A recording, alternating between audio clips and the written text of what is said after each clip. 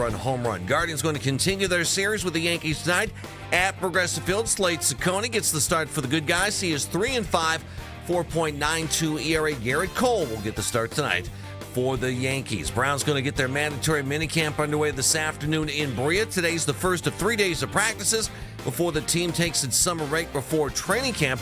Denzel Ward is expected to be there after skipping the voluntary part of the offseason program. Following practice day, we will hear from head coach Todd Monken and some players during the 3 o'clock hour right here on 92.3 The Fan. NBA Finals last night, Game 3, San Antonio wins in New York.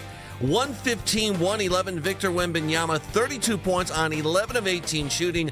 That goes along with 8 rebounds, 6 assists, 3 block shots. Stephon Castle added 23 points. The Spurs snapped New York's 13-game playoff winning streak. Jalen Brunson led the Knicks with 32 points. Knicks still lead the series 2-1. Game 4 is tomorrow night again in New York. You can now find 92.3 The Fan on YouTube. Subscribe to our YouTube channel. Get the best content from our shows each and every weekday. That's 92.3 The Fan on YouTube. Headline sports news every 20 minutes right here on 92.3 The Fan. From the University Hospital Sports Desk, I'm Jeff Thomas. Up next time for the Ken Carman Show with Anthony Lima here on 92.3 The Fan. All the Browns and NFL news you may have missed at work. The Afternoon Drive. Weekdays starting at 2. 92.3 The Fan. The Ken Carman Show with Anthony Lima. Angel Martinez coming up for Cleveland. Rocked. Deep right field. Jones back. He's out of room. It's out of here. Guardians take the lead. Right back up the middle. Rocchio takes the bag. Throws to first. They get out of it. What a double play. In the hole. Base hit. Yankees take the lead. They're going to get 2 out of this potentially. Quan's throw to the plate. Cut off. Throw to third. In time. They got him there. And there are 2 down in the inning. But the Yankees get the 2 they were desperately looking for. 3 hours and 41 minutes of baseball. Reduced to 1 pitch. Broken bat bouncer. And the Yankees win it. Obviously, they're a very good team. We're a very good team. It was a fun baseball game. I mean, obviously, you wish you were on the winning side of it, but there's a lot of action in that game, a lot of good plays, a lot of good at-bats. Unfortunately, we didn't come out with the win. This is Cleveland Sports Radio, 92.3 The Fan. Audio courtesy of Guardians TV. Well, that sucks. I want to move on from that because it sucks. It did suck. That's a bad way to lose. I mean, that's the way it goes. Well, you battle back like that, and then you still lose. Especially the longer a game goes. Yeah. And the more pitchers you burn through, and then to lose, those are the ones that stand. Plus, it's the Yankees. Because I was so excited because we got it went to the bottom of the third, and it's 3-0. I'm like, all right, well, maybe Gavin Williams just kind of struggles against the Yankees because he kind of fiddled around last week against the Yankees, and I'm just like, well, maybe he struggles against the Yankees, and then that's it. Then they have the bottom of the third that happened where they scored 3 runs and tied things up, and a couple of balls snuck through and some different things happened. I'm like, all right, here we go, and then things obviously went to hell. All right, I'm going to talk about something more fun. We'll get to them in about last night because it's just kind of sad. Did you watch, how much of Game 3 did you watch? All of it. You watched the whole thing? Oh, yeah. All right, what'd you think? The foul fest, the physicality, foul fest. It's so funny. In years prior, all you'd hear about the NBA is so soft, it's so soft, it's so soft, and then now it feels like it's way too physical, and it is a chore to score a basket. Like you feel like you've done something. Richard when you Jefferson, score. I told you right before the show. Richard Jefferson, folks, said something during Game 2. He's like, I can't believe it was like third quarter. He's like, I cannot believe I'm about to say this. I think it actually is too physical right now. Because they are taking each other and putting each other in headlocks. I know that they just showed the highlights up on SportsCenter of Victor Wembanyama shoving down Jalen Brunson. There was a lot of nasty stuff going on. Yeah, and the Spurs, they set the tone early, and they kind of got away with it. And then before you knew it, in the fourth quarter, I think it was 5-0 in terms of fouls. So San Antonio was in the bonus, and it was just a foul fest from there. I think it was 25-10 in fouls. So obviously the Knicks are gonna go nuts about what they feel is unfair officiating because the level of physicality I thought was pretty similar, and yet there was a decided advantage. But then Victor, like, what are you supposed to do with that guy? That's part of the problem. He has such an advantage with just his length, and he's so skilled that I don't know. Once he gets a mismatch, guys are literally NBA players are a foot shorter than that guy that are guarding him. So what are you supposed to do? You foul. I don't know. What are you supposed to do? It really is incredible. We used to say this about Shaq, and Shaq, it was a different era, and Shaq could just plant dudes in the rim, in the cylinder, so they would foul the hell out of them, and then you didn't know how to officiate that.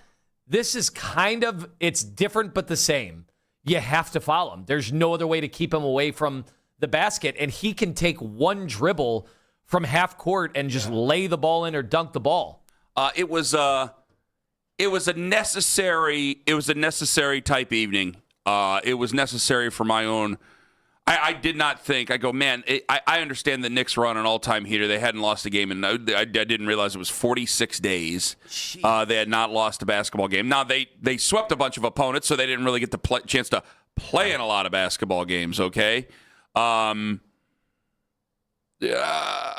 think honestly, like that's kind of where you're at on this, where it's like, well, it's all right. I wanted a good series out of it, and so now I have the chance to get a good series. Now, it's still, to me, if San Antonio loses tomorrow night, still 3-1, it's probably still curtains. They just survived to get into another one. It's not until San Antonio, if they go and they steal both at Madison Square Garden, then you would say, my God, it's a totally different series here. But I thought it was officiated differently. I think it was done differently. I came away. I enjoyed the game. I've enjoyed the series so far, I got to tell you. It's made me think a little differently about the Cavs, and I told you a little bit about that yesterday. I can dive back into it if you want me to. But I've enjoyed the series. Well, and Wemby is just such a freak. I did not understand the criticism and everything he was getting after the first two games. I know there were some huge turnovers and big moments, so that's what everybody latched onto, because people don't really break down the whole game. They'll just break down the last 5 minutes or the fourth quarter. But Wemby I think he is so clearly the best player in the game. And I'm not saying that just because he's playing right now. I just think he, defensively, the amount of possessions that he has a role in, I've never seen before. In all my years of watching the NBA, I've never seen that. This is interesting because you mentioned you talk about Wemby. I remember this when it came to the whole conversation about, is LeBron the greatest ever? And you and I, this is more than a few years ago. I think this might have been when LeBron was still here. It might have been when he just left. It was a conversation of whether or not LeBron has passed up Michael Jordan, and I wasn't ready to do it. And you and a lot of other people are going, well, what's stopping you? I think it was this after the fourth championship. And my answer to it is, once you say it, that's it. You can't go back. Like, you're judging history. And I guess you could say that Victor Wembanyama is the greatest player in the game right now. Yeah. But I think it's a little bit too soon, because once you say it, then it's like, well, he's the best player in the game until somebody surpasses him. Well, I do think some people don't want to go willy-nilly of, all right, today he's the best player in the game. Well, tomorrow Jalen Brunson's the best player in the game. All right, back to Victor Wembanyama is the best player in the game. Like, I don't know if people really want to do that. Well, I think we do have some comfort in having that one guy that you either love him or you hate him, and you want him to win or you want him to be beaten at any cost. And I don't think that in the public eye, it's just so new, it's so fresh.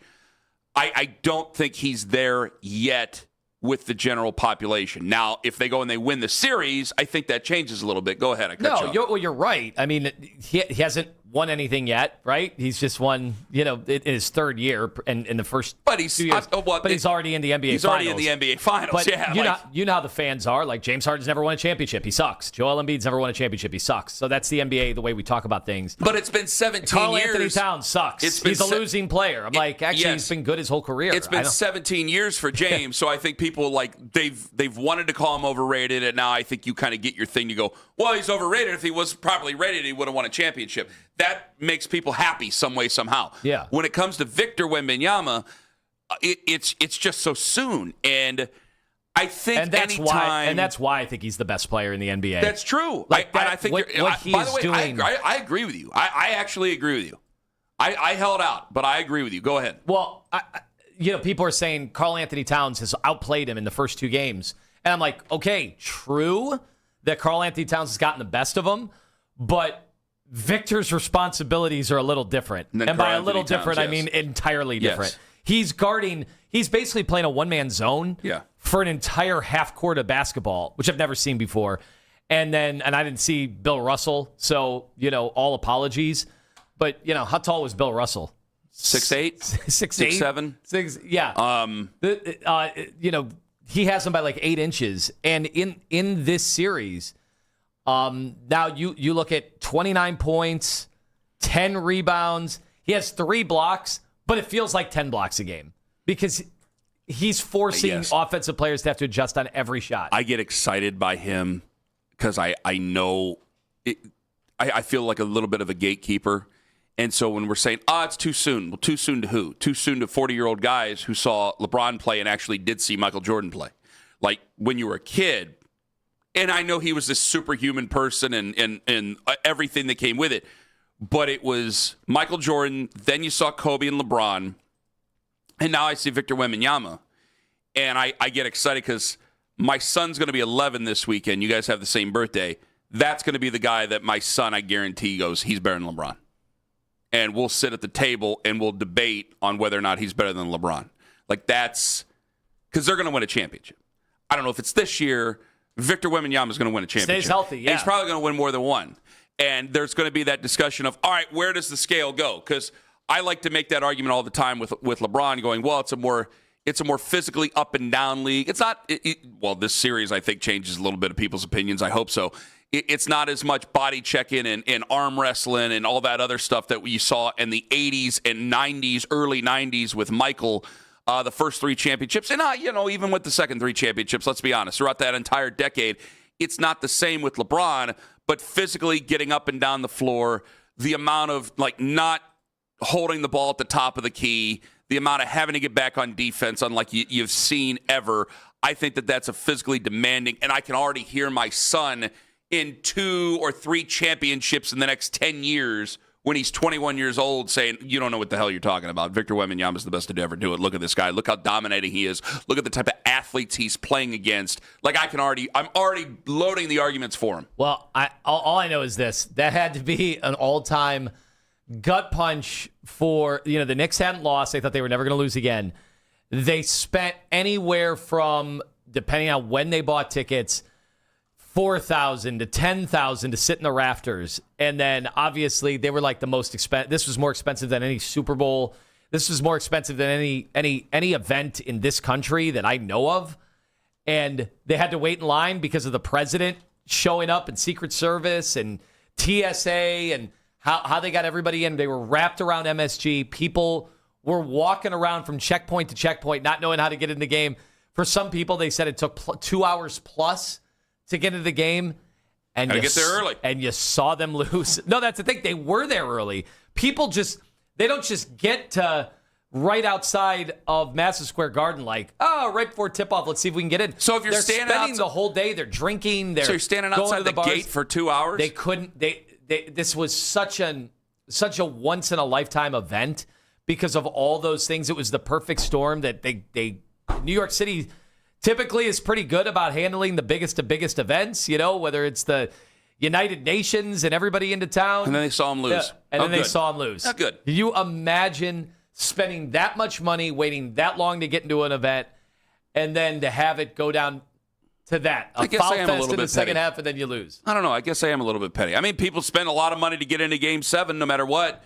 When it came to the Indians at that time, you had to go in there. You had to watch them. You ended up seeing them lose. You had a bunch of Cubs fans. I have no sympathy for any Knicks fan at all. But then imagine that the president is going to show up, and now your plans are diverted for another hour and a half, 2 hours.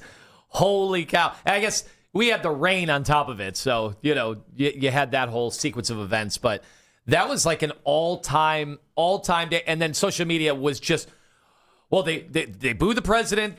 No, I heard some cheers for the president. I heard some cheers.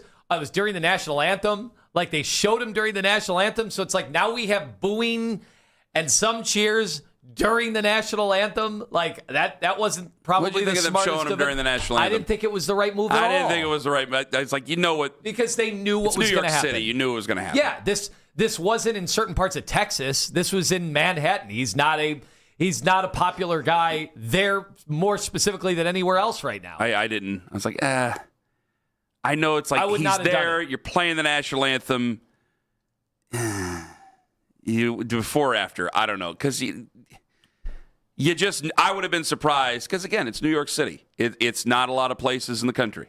It's they don't seem to be big fans. If they showed the mayor of New York City, he would have gotten, especially with that electorate.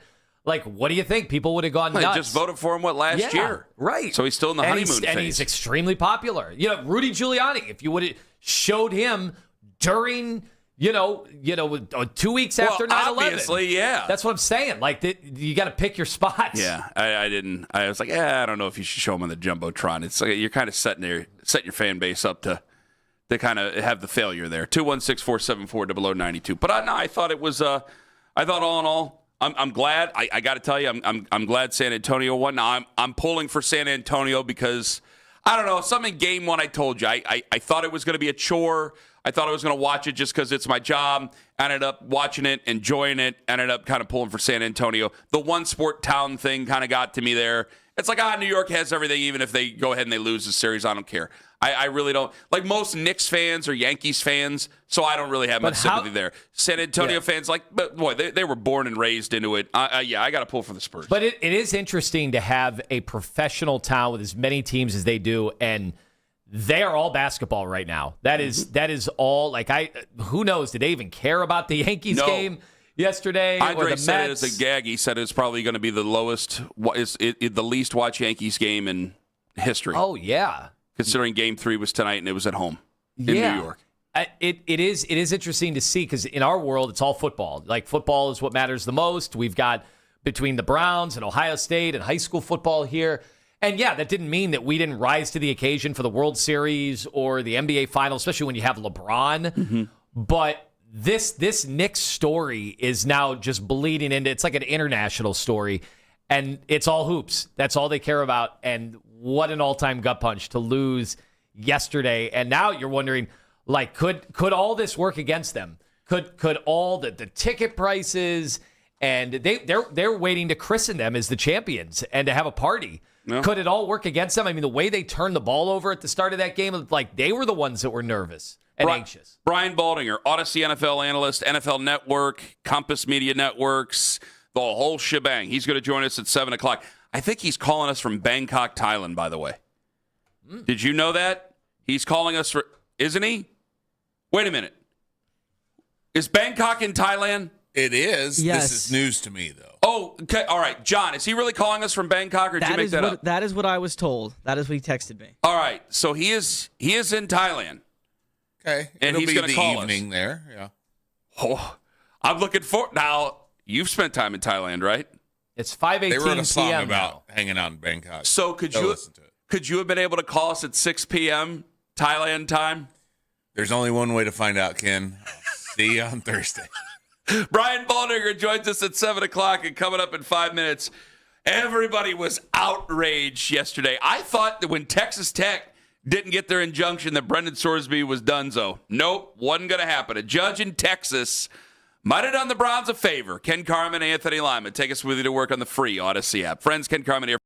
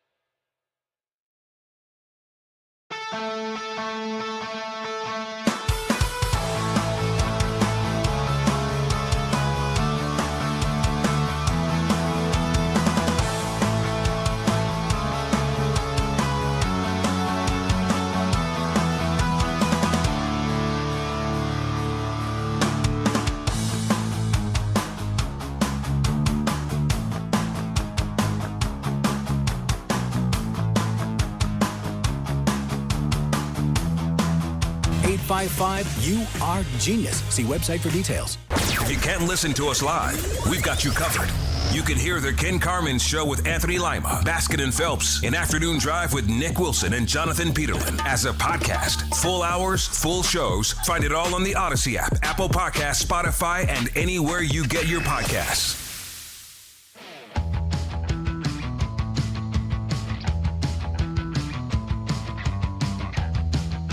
What a turn of events. I really did. When I saw over the weekend, last Friday, and I brought it to you yesterday, I was like, well, Texas Tech, they got their injunction blocked. I imagine that, or their appeal blocked. I'm sure that Brendan Sorsby's going to get his injunction blocked. And then, like, after the show, 10:30 comes around, I saw Schefter, and then I saw everybody else going, whoa, my goodness, he got his injunction. So as of right, like, the appeals process is going to take a while. Now, there is a little bit of weird. Are they still, is Brendan Sorsby still going to sit out the first 2 games of the season because that was what his lawyers had offered as part of this? I thought. Or is he just going to play? He might as well just say, damn the torpedoes. I got all 12 on me. Let's go. It looked like they kind of they have to have a sacrificial lamb of some sort because they've got teams threatening to not even play them. Which is, okay. And ADs. Can I say something real quick about that? I saw the Big 12 AD say, we're not going to play him. Yes, you are. You have television contracts. You're going to get your ass out there and play him. Or you're going to find new jobs.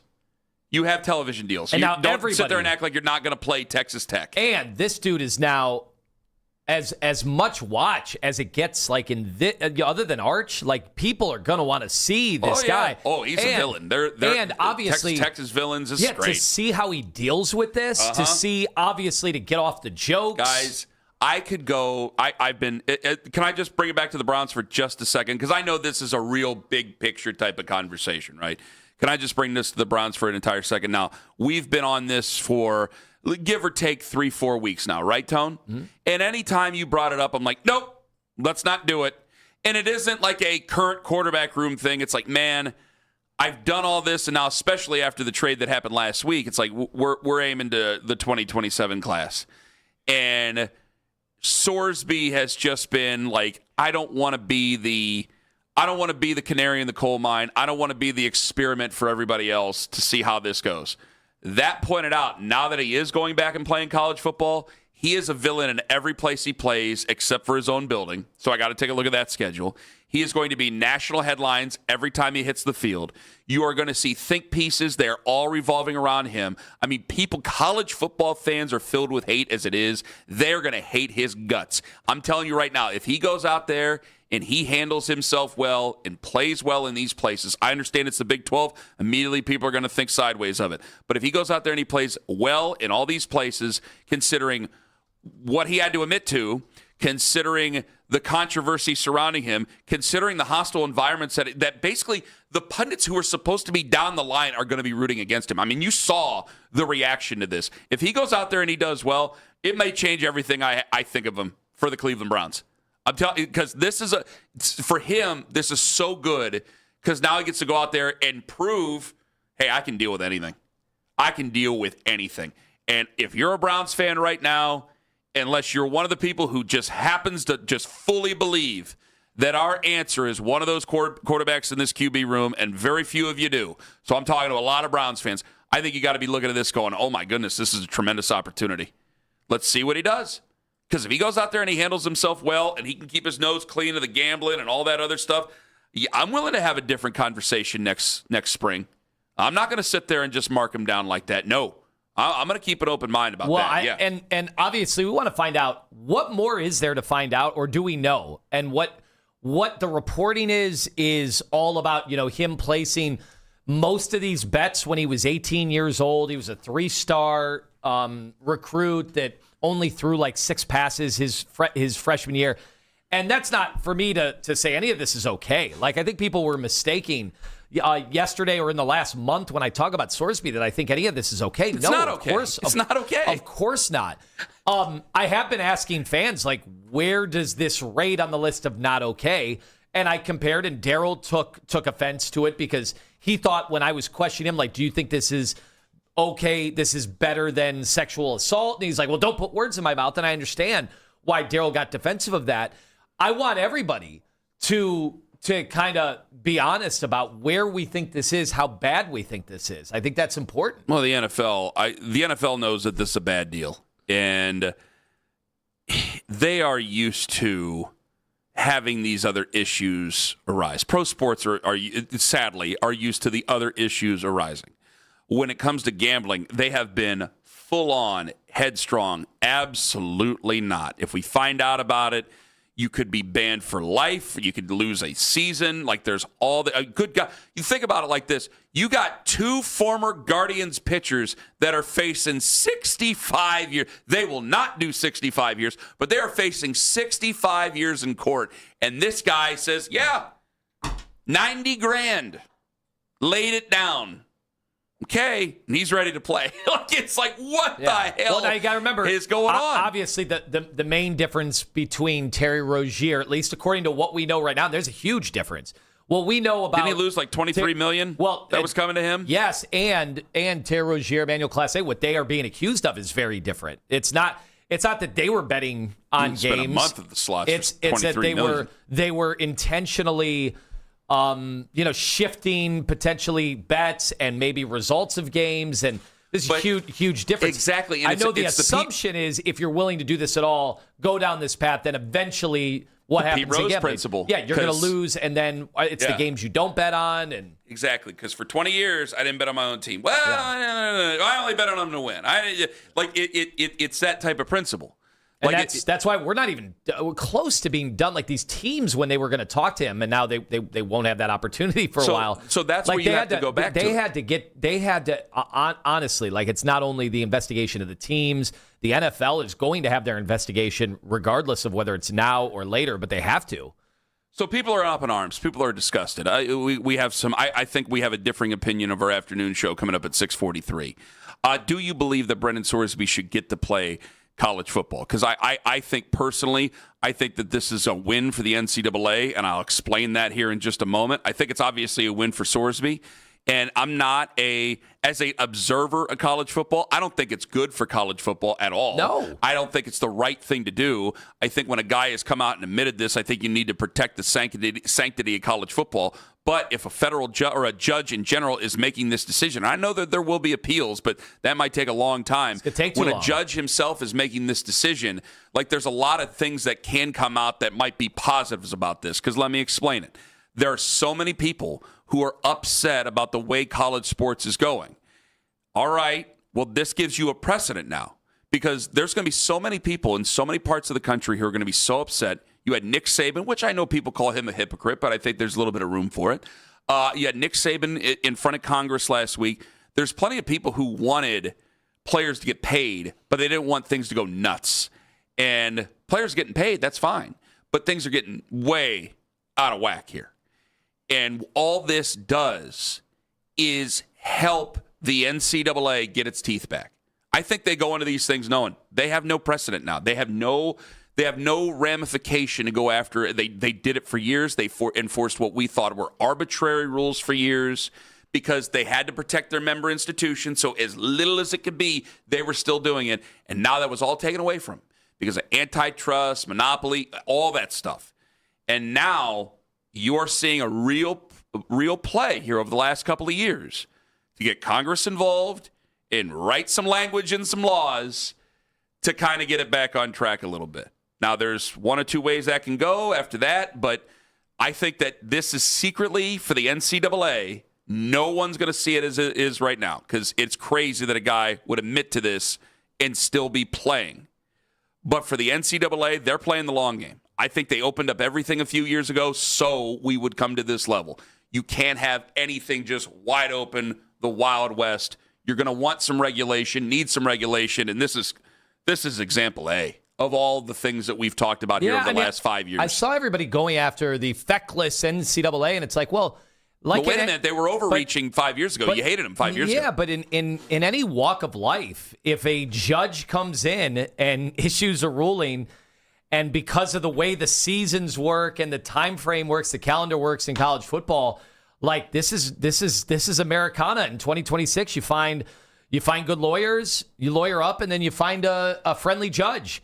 And when that happens, we're all at the mercy of that at any time. So I don't necessarily get it. I can't wait to talk to Dan Wetzel later on. I know Brian Baldinger will have thoughts on this. But Dan Wetzel at 9 o'clock has been all over the reporting on this. I'm very eager to see how much blame he puts at the NCAA today, because the NCAA is evolving fast, and the reason they're being forced to evolve is because of huge judicial opinions that has completely changed everything we know about college sports, college athletics in 2026. Does Brendan Sorsby getting to play change your views of how you look at college football? As an Ohio, like I'm talking to 90% Ohio State fans. Does it really matter to you? Or do you plan to take advantage of the same loopholes? 216-474-0092. Dan Wetzel at 9. Brian Baldinger at 7. Ken Carman, Anthony Lima, Fat and Thin in the morning on the Fan. Need a car, but have less than perfect credit? Then get to Ken Ganley.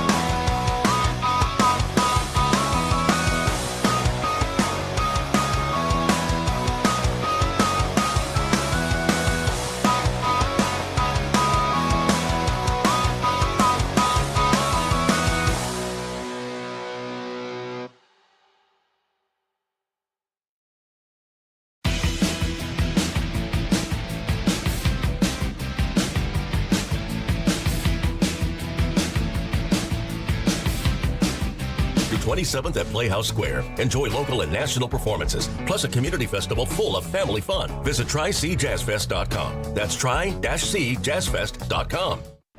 Make the afternoon drive your soundtrack on the way into the Guardians games. And talk about the game on your way home on Overtime.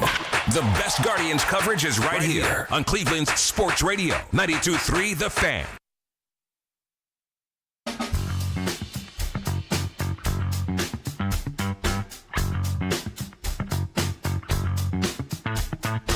"20 minutes away, Brian Baldinger live from Thailand."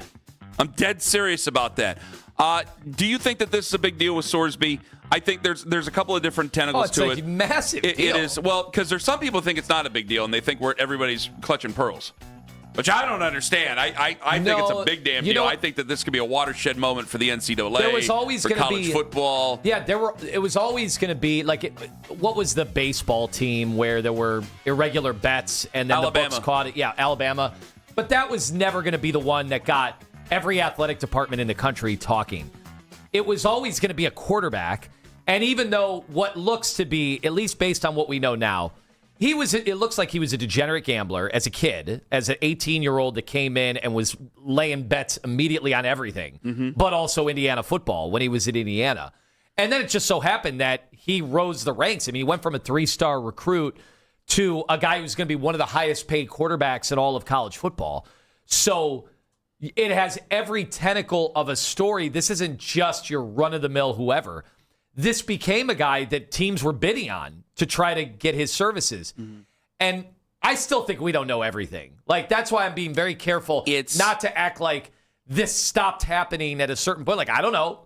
I don't know how big of a deal this bloomed into. Well, I'm not trying to play a moral power play on anything here. It's not what somebody think of the children or anything like that.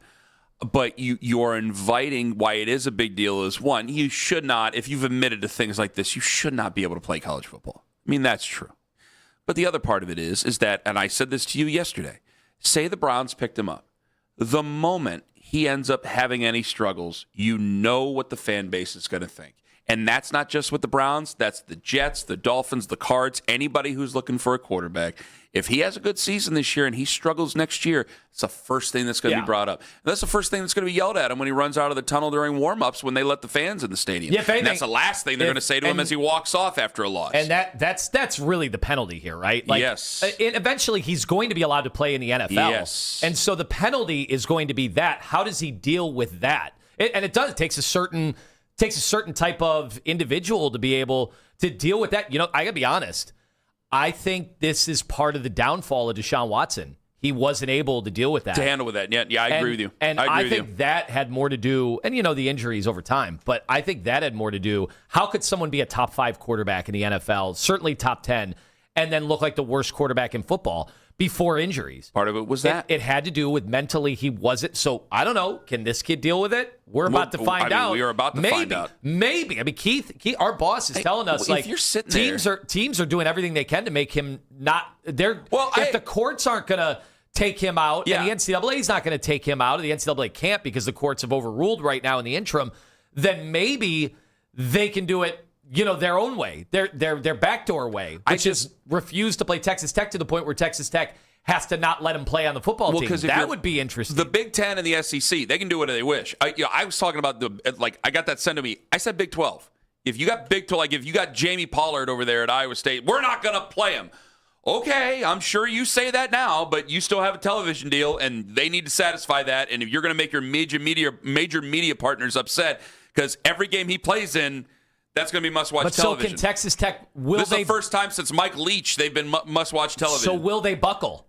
Will they potentially buckle if all these teams can assemble together and unify on something they don't typically unify on? I mean, think about think about the Michigan scandal.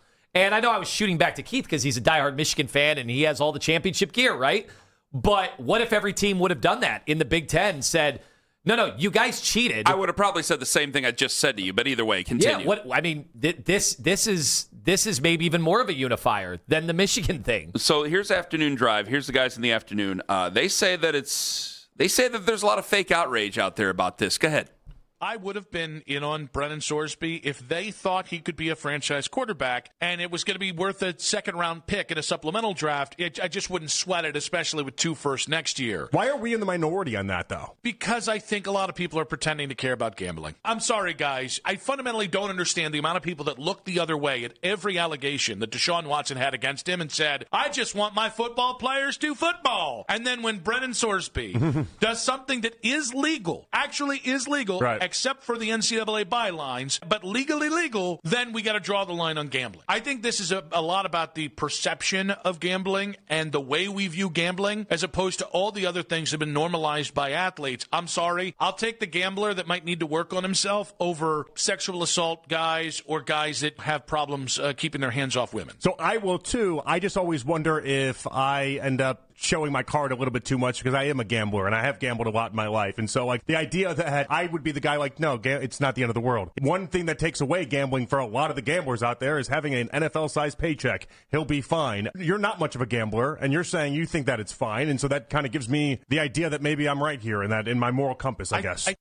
Well, if we're talking morality there, like, no one's going to say that gambling isn't as bad as the other allegations that have been pointed out there that Nick just specified.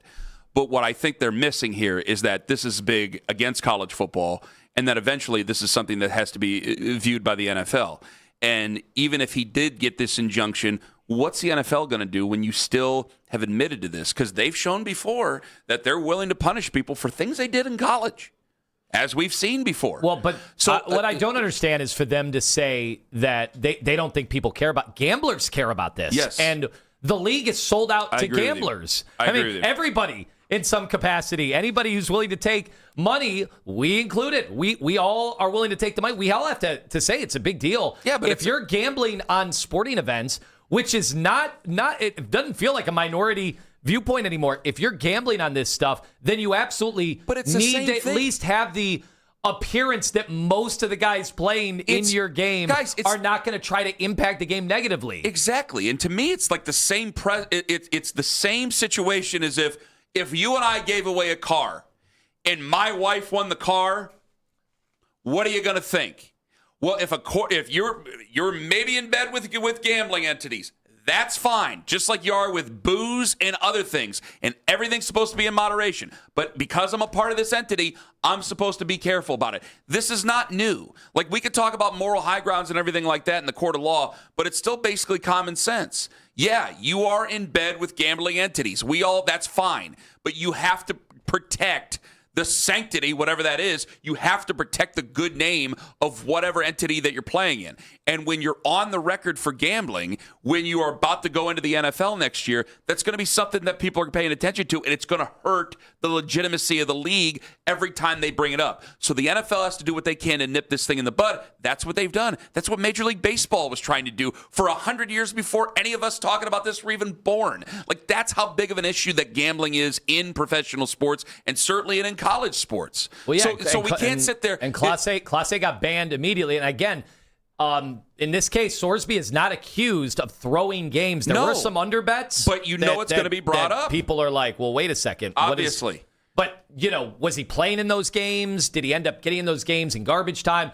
But the fact that we even have to ask those questions, that does mean there's some gravity to it. But at the same time, and hey, I don't know what was said to them during the show, but if you're sitting there having an argument with people who are going to talk about sexual assault and domestic violence versus gambling, like, I'm sorry, I guess you're just going to have to sort out the idiots and not have a conversation with them. Because I think everybody, by and large, thinks in society, gambling's not nearly as big of an issue as those type of things. But when you're talking about our own business, and we are a part of that business, like, I fight, and I don't want there to be this type of impropriety because it hurts all of us. It hurts me as a businessman about this. It hurts the station. It hurts everything about it because it's part of the entertainment that goes with it. And I don't want it to happen. It's not like I don't want it to sound like I'm covering anything up. No, you have plenty of time after your career. You want to go out and do Charles Barkley stuff and put $3 million out there on a night of gambling, you go right on ahead, knock yourself out. It ain't my life. I don't give a damn. But when it comes to the actual sport while you're playing it, there is a responsibility that the player has, that the coach has, that the staff has to that sport to make it right for themselves and everybody and not put things in jeopardy, is certainly themselves in jeopardy. It's that simple. Yeah, I just wonder is there a chance? Is there a chance? Because we just talked about how now must-see Sorsby is this year. Do these teams and their threats right now, do you believe these are idle threats, or do you think they could force the hand of Texas Tech to actually not bring this dude in, who they were reportedly going to pay? The boosters were $5.5 million. At the Big 12, I laugh in their general direction. At the SEC and the Big 10, I certainly think there could be some steam because, honestly, if you were Ohio State, up until this last year when they paid $37 million for their roster, come on. Texas Tech is a tick on your ass if you're Ohio State, if you're Alabama, if you're Texas, if you're one of those other schools. All right? You had one great run with Mike Leach. God rest his soul, and then you have this, and that's about it. So, yeah, if you're Ohio State, if you're Alabama, if you're one of the big schools in the Big 2 conferences there, yeah, you can go ahead and pick. You can go ahead and decide that you don't want to play Texas Tech. But the Big 12, no, I don't believe anybody in the Big 12. Coming up next, Brian Baldinger going to join us, Odyssey NFL analyst. What is going to make this Jared Verse Myles Garrett trade successful? I think a couple of people got it wrong. I want to see if Brian Baldinger gets it right at 7:01 on the Fan. Extend Technologies in Broadview Heights. Folks.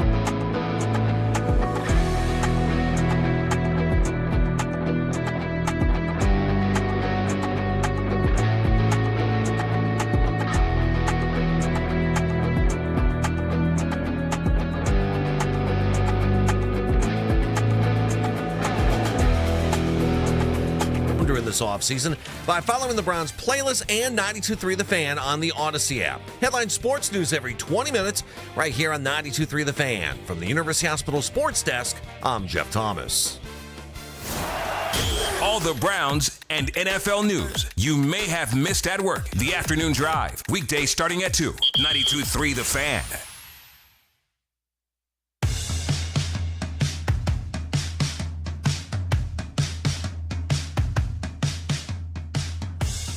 Minicamp starts today. Oh, I got ridiculed for something I said about Shedeur Sanders yesterday. Can you believe that, Tone? Get to that coming up at 7:20. Let's go to Brian Baldinger right now, Odyssey NFL analyst. He joins us right now on the Wise Heart Right, We Make It Right, Call Right hotline. Brian, good morning, or I should say good afternoon to you out there. Yes, it's 6 o'clock here in Bangkok right now. Kind of winding down a day, stuck in traffic like everybody else here.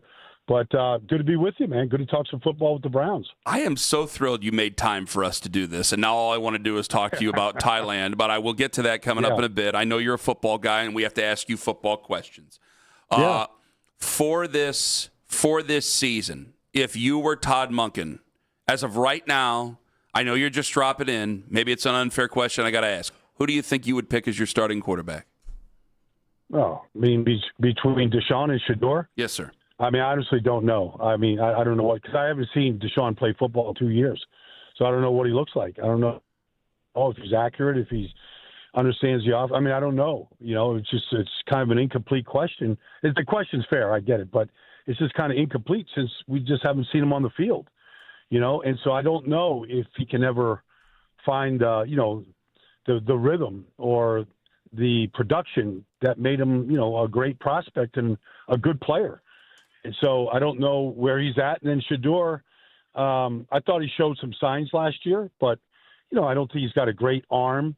I don't think he's a great athlete, but that's okay. There's been plenty of guys that have been successful without those qualities in this league. You could be super accurate. You can read defenses quickly. You can go through progressions, like a Ginsu knife and get the ball to the open guys. And so, I don't know that we saw enough of them last year to determine that. That's why they've got a battle going on right now. But to answer your question, I don't know what to think right now. It's just because of how incomplete Deshaun Watson has been.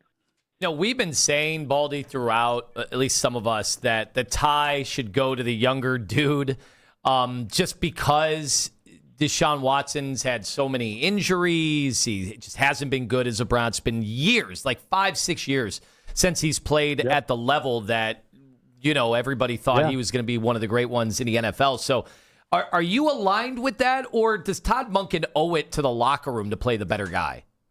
You got to play the better guy. I mean, you can't never lie to your team. The team will know just watching them day in, day out in practice. They're going to know who, the best, the guy that can lead the best. They're going to know it.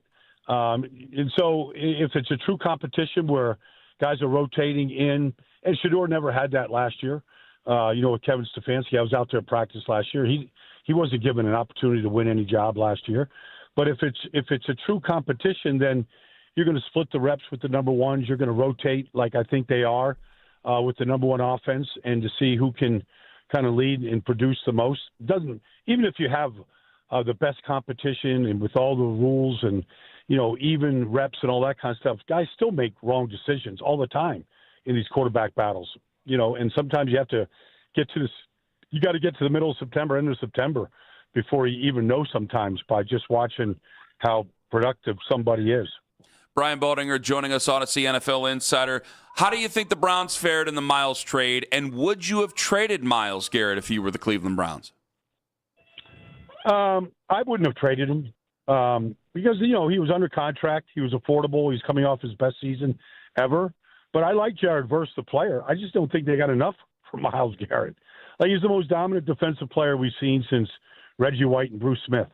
And I just thought, we've seen receivers get 2 first-round picks and more, and this is way better than any receiver that's ever been traded. Joey Galloway, just go through the list of guys that have been traded for first-round picks. I didn't think they got enough. And so that whatever Andrew Berry was looking for or whatever the Browns were looking for, I would have thought they could have done better than what they did. Boy, that's interesting, Baldy, because like the analytics people have gone in on the value. They have their charts and their numbers. And what I was surprised to see, as much as I love Jared Verse, and I'm excited that they got somebody who can come in immediately and play at a very high level and maybe has even a ceiling that he hasn't even gotten close to touching yet. At the same time, they seem to love the value for Myles Garrett in this trade. Well, I mean, Jared Verse is a good player. I mean, he's been productive. He's been healthy. You talk to offensive tackles that have played against him. He's got as much power as just about anybody in this business outside of Myles Garrett. The sack numbers, he had 8.5, including the one that he had in the playoffs last year. But, Kobe Turner, like he's helping other guys, get sack numbers too. I mean, Kobe Turner's had over 20 sacks in his first 3 years in this league, and Jared's helped him the last 2 years. So he's winning. He's winning his battles on a regular basis. And, he plays the game the right way. He plays the game with real violence, and he plays hard. He plays the run as well as, most guys in this league can play the run. So they're getting a great player. They're getting a first-round pick. I just thought they could have gotten more picks. They're getting Jared Verse on a rookie contract. He's played 2 years here. I think that's a great player. I'm sure that there's nobody else on the Rams team that they would have taken beside him. When I heard, some of the bartering that was going on with the Philadelphia Eagles, they wanted Jalen Carter, and the Eagles weren't ready to give up Jalen Carter to get Myles Garrett. And so, the Rams to give up Jared Verse, they've got other defensive ends there, Byron Young and, some of the guys that they have there that have been really good players. So to get Myles right there, they feel like, the picks are expendable. They're loading up, in an arms race right here to go win it all. And so, I thought they got the better of the deal. What conversation are general managers having yesterday and today about Brendan Sorsby? You're seeing, teams already back out of wanting to play Texas Tech. They feel like, when you make those type of violations the way Sorsby has, you're betting on your team, you're betting on the game. Like, in any other sport, you'd be kicked out of the sport. And so they're making a strong stance right now about what he's doing. Texas Tech has, they've got backing right there in that program that almost no other program in the country has as far as finances, who's financing this thing. But to see the NCAA allow him to go play after the violations that he's guilty of, I mean, it's kind of shocking, that you would allow somebody like that to play. Do you think there's NFL owners who are seeing this story, and I know we'll have to get more information, and he's going to get the play, and we'll see how many games and all that other stuff, but do you think there's NFL owners who are going, nope, not interested. If he comes out in 27, we are not taking him? I think there's probably some guys that are having that conversation, but that's down the road. We got to see what kind of player he is. Like, is he a real prospect? Is he, we saw quarterbacks come into the draft this year, Garrett Nussmeier, different guys that, were thought of much higher in their draft status a year ago, and then they didn't have good seasons, and their draft stock fell. We got to see what he plays like. And, I haven't evaluated the guy. So, I know who he is, like everybody else, but I haven't really evaluated him. But we got to see, what kind of year he has and, what kind of talent there is. And, because the talent if the talent is supreme, the way, say, Fernando Mendoza's was this year, and he plays at that kind of level, then a lot of his indiscretions will be overlooked for sure.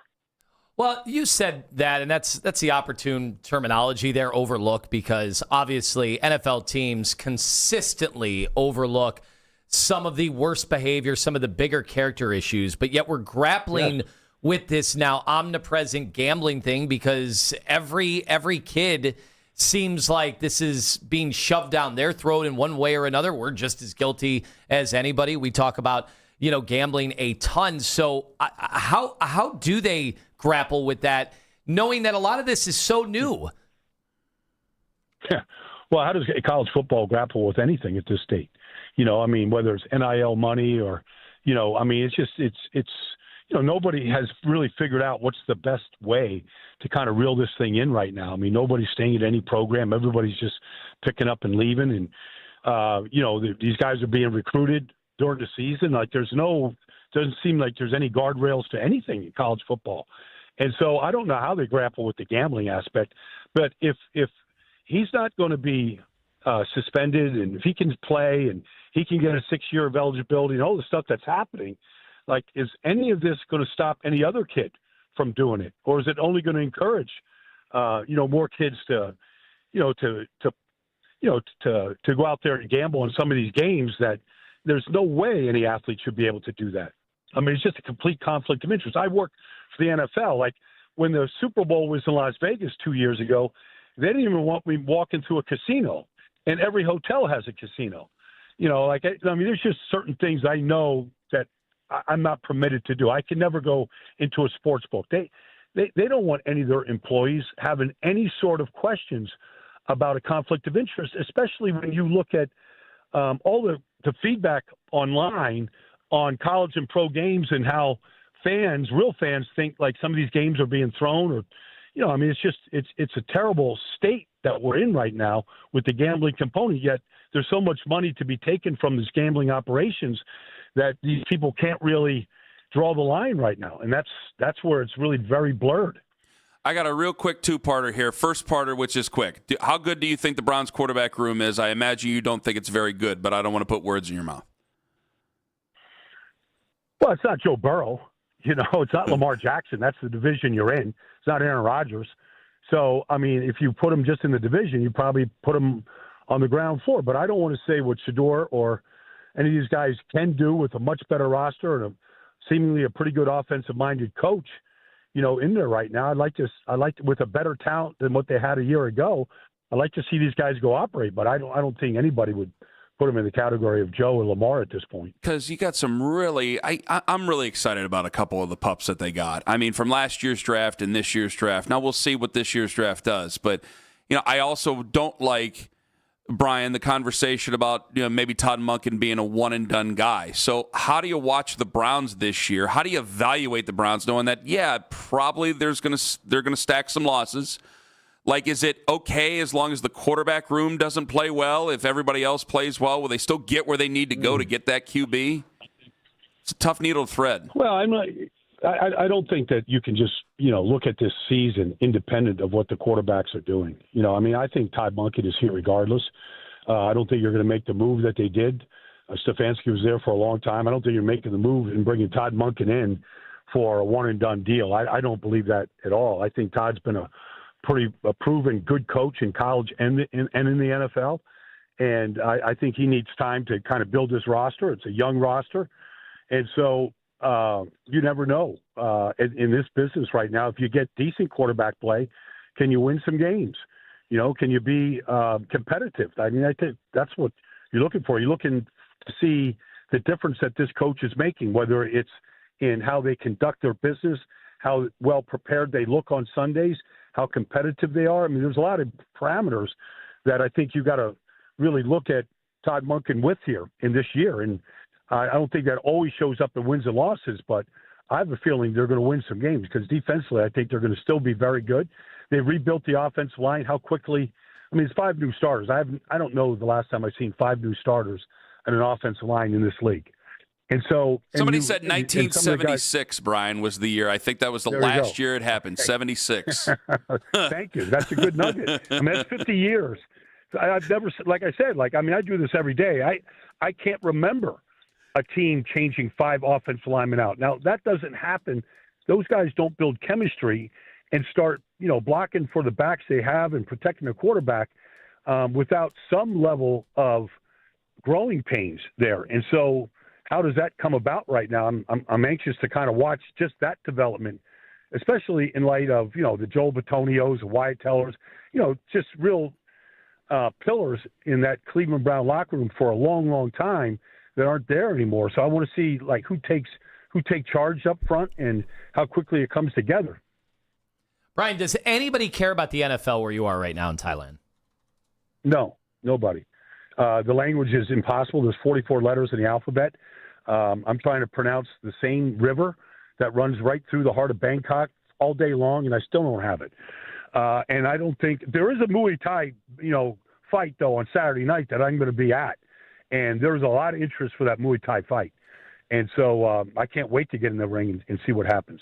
You are a man about the world. Can I just give you one request? I know that they have Cobra shows in Thailand and in Bangkok. Can you just – I know you're a film guy on social media. Can we just get you at a Cobra show in Thailand?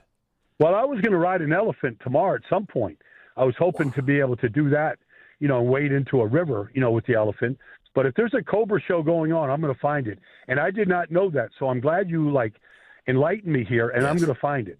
Thank you very much. Brian, enjoy your time over there. Safe travels back, and we look forward to talking to you before the season. Okay, guys, you got it, man. Thank you. Brian Baldinger, Odyssey NFL analyst. Keith went to Thailand twice, never went to a Cobra show. Oh, amazing. Well, he said he was doing Bangkok, right? Yes. Not Phuket? Correct. Okay. Apparently. 11 hours apart. So very different parts. It's bigger than you think. Thailand? Yeah. Oh, yeah.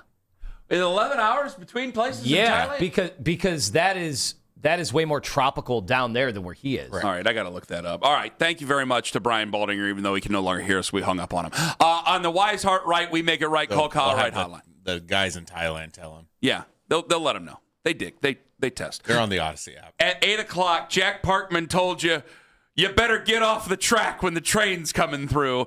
Coming up in 5 minutes. He said they didn't get enough for Myles Garrett. That was interesting to hear that from Brian Baldinger. And if the truth about the Browns QB room upsets you, I'm not sorry. Ken Carman, Anthony Lima, live on the Fan. Anthony Lima for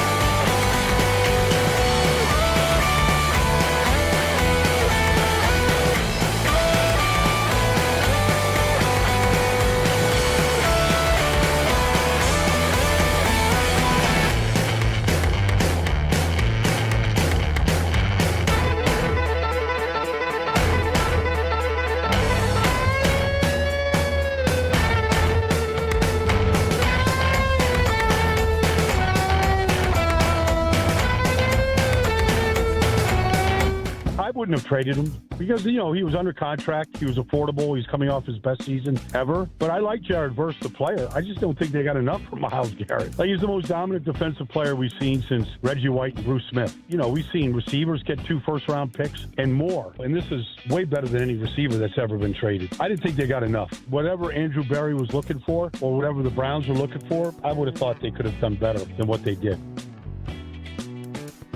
That's Brian Baldinger, who just joined us moments ago. I spent the break watching Cobra shows from Thailand. Hopefully he enjoys, takes one in. Make it out alive, Baldy. Baldy versus Cobra. I can't believe how close they let you get to these Cobras, and then they did one thing where the one guy takes the Cobra and gets the juice out of its venom, or out of the venom out of its mouth, and then holds it up for everybody like, here it is, it's real, this thing could kill me right in front of you. Holy wow. I would empty my pockets in Thailand for that guy. He probably could. He'd probably just hold up the snake to me and hold me, like mug me with a snake if he really wanted to. Owen, could he do that? Do they do that in Thailand? I was never mugged with a snake. Okay. I did ride the elephants, though. It's a very common occurrence. That sounds fun. I don't know if I do either.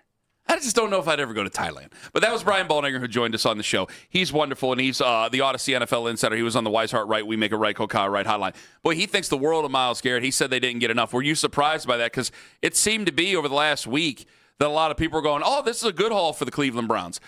I think that magic number of 30, like I don't want to make people go, what do we hold on to him for? Because it's just gonna eat you up. But had they traded him when he was 29, when he had originally made the request or the demand, would they have been able to get more? But I also look at it going, they had to get a play. I think they looked at this and they had to get themselves a player that they could put on the field that was going to keep people in line. Because if you just got the picks, I thought they were just going to get the picks, and that was it. And if you just got the picks, I think that had a chance to be a real gut punch to your locker room before you go out there and start the season. So I totally see where they get on that decision. Because I told you, when we had talked about this before, and I can bring this up now, when this had get brought up several times before during the winter, when there were people going, hey, be careful about 95. One of the theories that were getting thrown out there, and guys, these are just theories, was, remember, they were still number 6 in the draft order. And they had not moved down to 9 yet, obviously. They moved down to 9 on draft night. But, Lima, you and I had got some sort of text from somebody over there that if they were going to do something like that, which I didn't want to believe and refused to believe, and again, I stuck my nose in the sand a whole bunch. But there was the conversation about not the Rams or anything, but they would trade him and they would take Reuben Bain at number 6 overall. Or if David Bailey were to fall to them from Texas Tech, the pass rusher, that they would take him. So the stuff about them calling and things lining up, it does make a little bit of sense with the Rams. Like, it's not where, like, Albert Breer ain't no liar. Like, he's telling us how it is. But there was one of those conversations like, man, if they decided they would, if they wanted to make that move, one of the things I would tell you is if they were to take David Bailey or Reuben Bain that high in that draft. Now, obviously, they did something different, and that didn't seem to hold much water. But, this was discussed for a while. But instead of an idea, you got a top-end pass rusher for this football team. Now, I differ from some people on what makes that successful, and we'll hear from Scott Petrak later on. But I still thought it was a decent haul back. Maybe I just got too stuck on picks there, Anthony. Well, I think Verse is a great player. I think somebody like Baldinger, who, is looking at more or less, like, from his perspective, like, you're never going to win a trade that involves Myles Garrett. You're just never going to win it no matter what, because Baldy's not thinking about 2 years, 3 years, 4 years down the road. He's probably of the mindset that any team can turn it around in 1 year, so why wouldn't you want Myles Garrett when you turn it around? He's somebody who looks at Todd Monken and is like, well, what if he gets the offense going this year? Why would you not want Myles Garrett as a companion to your offense forging ahead? But, then it's funny because Baldinger's like, I don't know how many teams swap out their entire offensive line.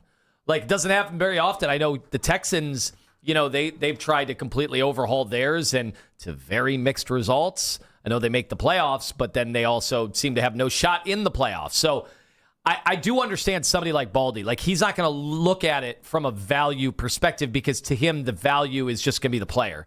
And, Jared Verse is never going to be Myles Garrett. Therefore, Browns lose the trade. Because I think he looks at it also where it's like, hey, like there's all these good ideas and these guys end up being nothing. Yeah. And I still warned about that. The Jets, they win every single draft. And then what happens? They trade away all these great players to win another draft down the line.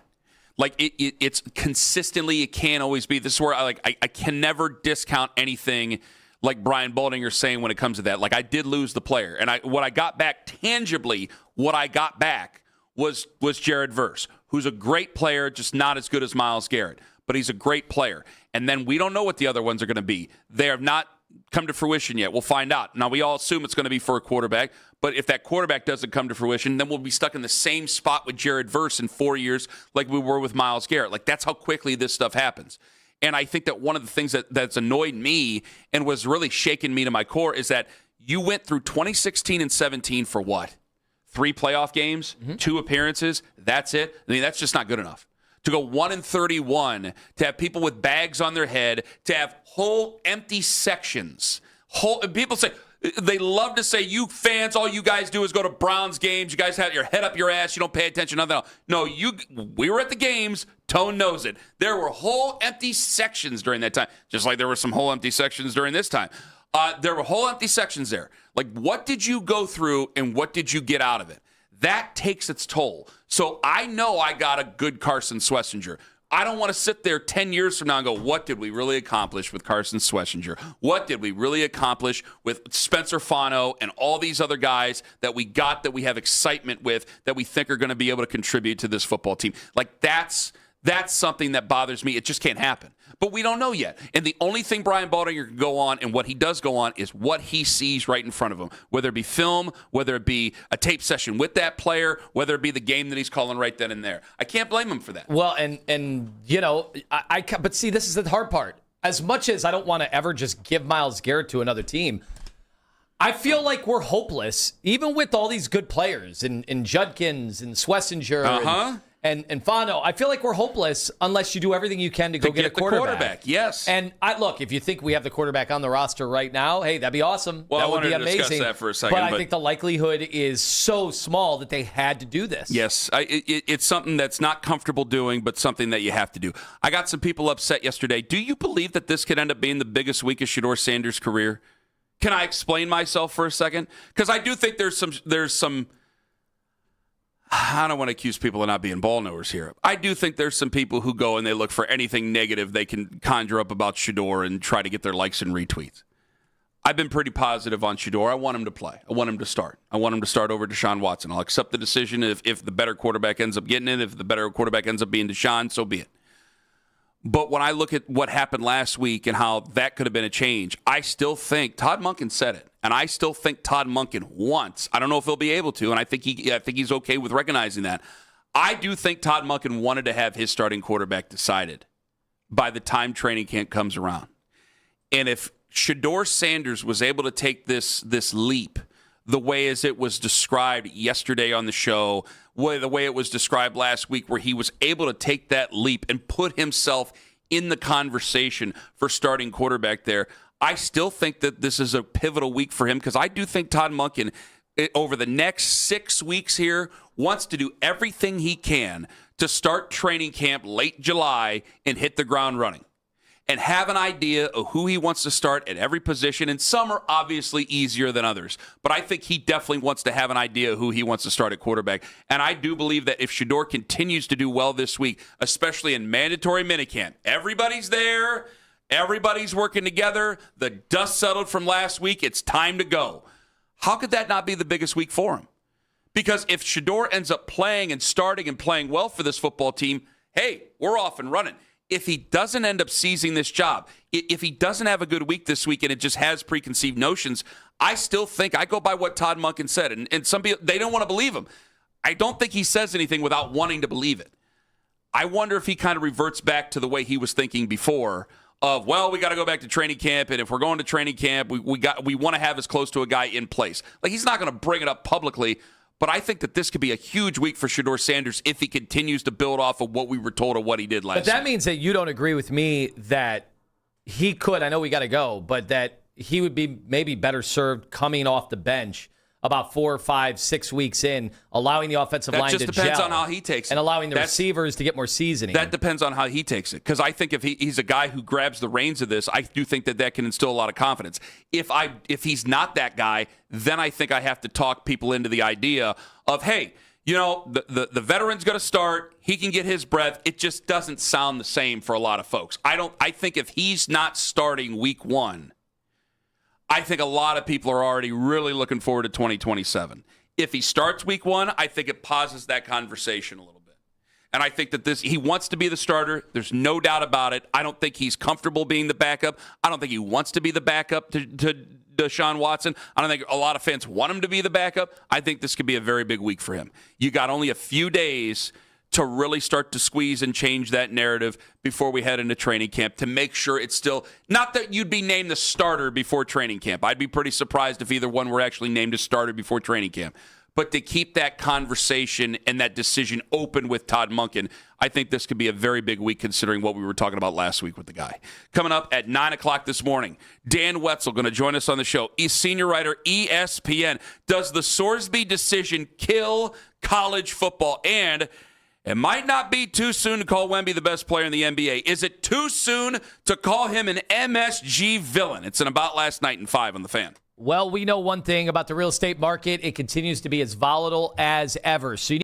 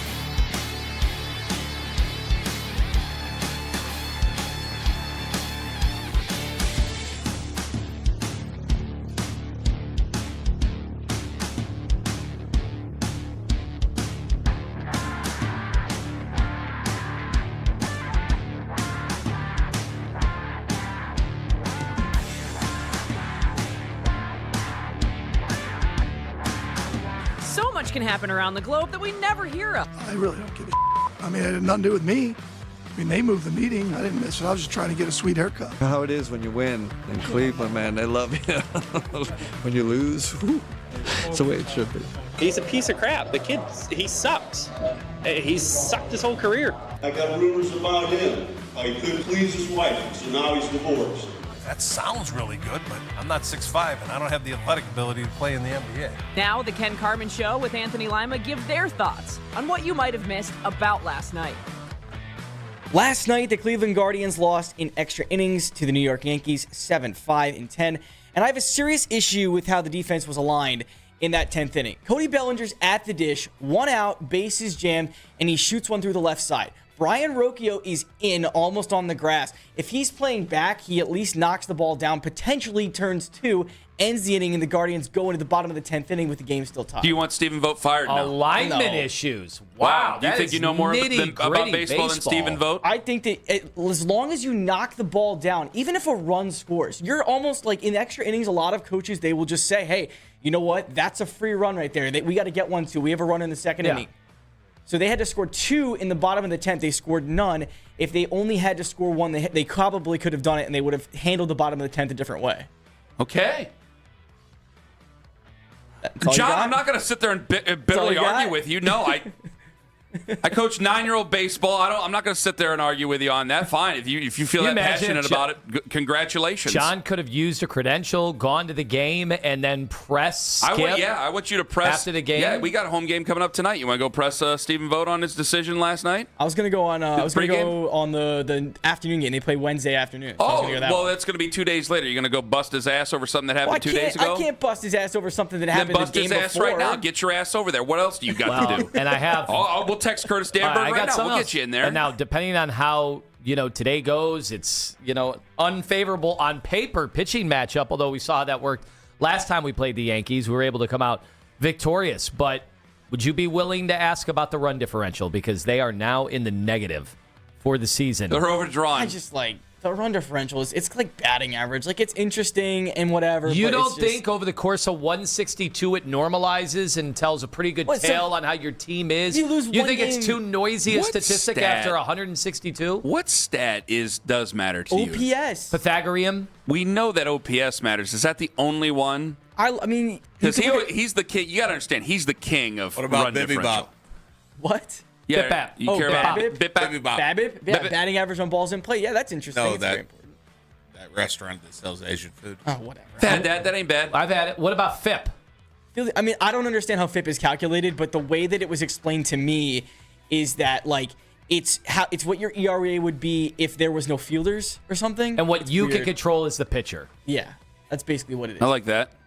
It's interesting, but it's also still flawed. There's other ways around it. There's still I like to give the other team FIPs. Sometimes I wake up in a cold sweat. That'd be nice. Yeah, okay. We're done talking about stats now. Oh, okay. The San Antonio Spurs, they pick up a win in the NBA Finals Game 3, 115-111 over the New York Knicks. Wemby racked up 32 points, including 10 in the fourth quarter. This snapped the Knicks' 13-game playoff winning streak. Their last loss came on April 23rd, 47 days ago, the same night as round 1 of the NFL draft. And has Wemby gained a new moniker? He was asked about it post-game. You may be New York's newest villain. Is that kind of the ultimate compliment? I guess I'm nowhere near Trae Young level, though. I mean, it's one game. No, I think he is. I think he is becoming Trae Young level. It is. This is the finals. They showed him shoving down Jalen Brunson. It is the world's most famous arena, all that other stuff. Yeah, I think all it takes is one game. I think he is a villain. I think he's their new villain. Trae Young isn't walking through that door right now, so they got to root against somebody. They're going to root against Victor Wembanyama. And this is interesting. Will they go back, because they have the power to do this, will they go back and assess a flagrant after the fact? Because if they do, that puts them at 3 in the playoffs, and if you get to 4, it's a suspension. And you know what LeBron would be doing with that information. You know what he did with Draymond when he knew the technical foul situation might have swung the whole series. Draymond ain't Victor Wembanyama. But I think, honestly, he's been as dirty as anybody in a long time in these playoffs. Victor, yeah. Oh, well, I was just about to say, Aaron Judge is hurt. Is he doing it intentionally, or is it because his reach is so much longer? I think that's, honestly, I think it's part of it. And it looked pretty intentional what I saw last night. The only way you can defend him is to kind of be dirty yourself. If you're Wemby, and they end up tying this thing up, do you not pay for courtside seats for Trae Young back at your place? Oh my Game God. 5. Well, what about Oakley? That's the one I want to know because I thought there was a chance that Oakley could be ban back. was lifted. And the fans would go nuts when they showed him on the Jumbotron, but Dolan was... James Dolan was not going to go. Things are going well. You know that James Dolan ain't going. No. Did you see the fight afterwards? I sent you guys the video. I did. And I thought the cops did as good of a job as you could ever do in crowd control. They were really good refs. Let the idiots duke it out until it gets ultra serious. And what, the one guy, did he slam a chair or something? Hockey rules, right? Yeah. You let them tire themselves out. The one in the Karl Anthony Towns jersey, I thought at first was just going to run out of gas, and then he starts pinpointing these shots. That was really, really nice. He's got a boxing background. Yeah, and then the official, now he had let himself go, almost some Buster Douglas stuff there after the fact. But I'm watching this go down, and people are going off on because, it's a city and there's violence. I mean, how many people were there? It was insane amount of people. I thought expert crowd control. Let the idiots fight it out. Wait for everything. You understand people, why aren't they tasing? Why aren't they firing bullets? Oh yeah, you want to do that in a crowd of 300,000 people that are around MSG That's there. A good that thought by you. You don't want to do that. No. That's it for about last night. Outstanding, John. Well, that was some real passion by John right there. Did you hear John? Boy, he was upset. I love that he's willing to go after Skip. I just want you to go and tell them you feel that bad. You feel that angry over it. I want you to say it to his face. Friday, Saturday, he'll tell him. A week later? I mean, what did you think of Manzardo? John's an alignment guy. I'm an assignment guy. There's differences. Because what did you think? You're looking around going, he's a power hitter. You need a home run. Sometimes you need to jolt momentum. Like Carlos Ruiz pinching for the Dodgers all the way back in the 2010s. I need guys on. Are we such a power hitting baseball team? I don't think we are. Sometimes you just throw a guy in there for the sole purpose of hitting a home run. Look at Matt Stairs. Matt Stairs went up there every single time trying to hit a home run, and he did it 200 and something times. Okay, fine. It was nicely done. I like Matt Stairs. Looked like a truck driver. Big fan of Matt Stairs. All right, 9 o'clock. Dan Wetzel going to join us on the show. Does the Sorsby decision kill college football? We'll get into that, or how a Browns fan might feel about him, coming up at 8:20 this morning. And some big threats are being thrown around at Texas Tech from some other schools out there, whether or not that's real. Coming up in 5 minutes, folks. Jack Parkman told you, if you're standing on the tracks, you better get out of the way before the train comes through. Ken Carman, Anthony Lima, and the big boy in 5 on the Fan. K&K Heating and Cooling.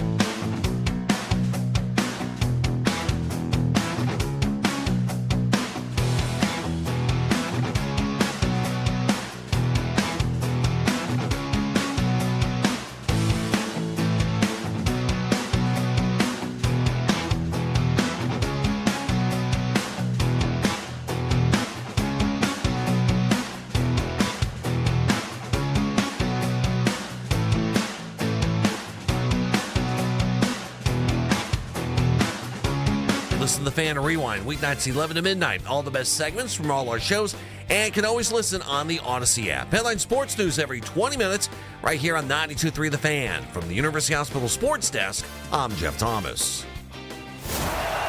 All the Browns and NFL news you may have missed at work. The Afternoon Drive, weekdays starting at 2. 92.3 The Fan. All right, we're going to get to the dumbest thing Lima's ever told me. Maybe coming up around 8:20.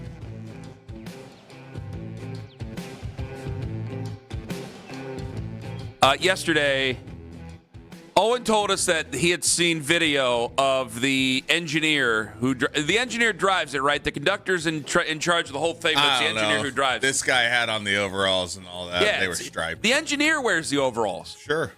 But the conductor is like in a shirt and tie and a hat and the whole deal. Yeah, he's the Tom Hanks. Yes. So the conductor ain't the same thing. So the engineer of the Big Boy 4014 there was video Owen found of him basically cussing people out in the old days of him coming through.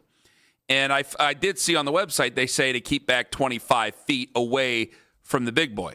The steam locomotive, the world's largest steam locomotive, came through town yesterday. And it was a big, big doing. And there were several fans, several listeners who sent us video. Here is some of the coverage of this happening. Channel 5, WEWS. All right, hit it. There's no candy to be thrown, no band to be seen. But make no mistake, this crowd came out for quite the parade. The whistle is going to be very loud. T-shirts and all. My beautiful wife here, Cindy, works on cricket machines, and so does Bert. And she thought it would be a nice surprise for both of us, which it was, to have these shirts for this big occasion. He likes to play with his toys. This is just a much bigger toy. It is, yes. Unfortunately, he can't play with it, though. In Euclid, a big parade for the big boy. So I am a bit of a railhead. Officially, Union Pacific's number 4014, Railhead. the world's largest operating steam locomotive. We've been following this all the way across the country. Certainly once in a lifetime for Ed Dickens, who led the team restoring this 600-ton behemoth. Facial expressions on the people that we see coming into town, they're starstruck. This locomotive is so massive. It looked like a toy. Unbelievable and unforgettable for those 6 years old. Very, very special. To those 101 and determined on being here. Play and never give up. I'm old enough to remember steam engines running the lines. It brings back the kid in you. Audio courtesy of Channel 5. It was, according to you two, you guys were both along the rails. I was not. It doesn't run through Streetsboro. I had other obligations.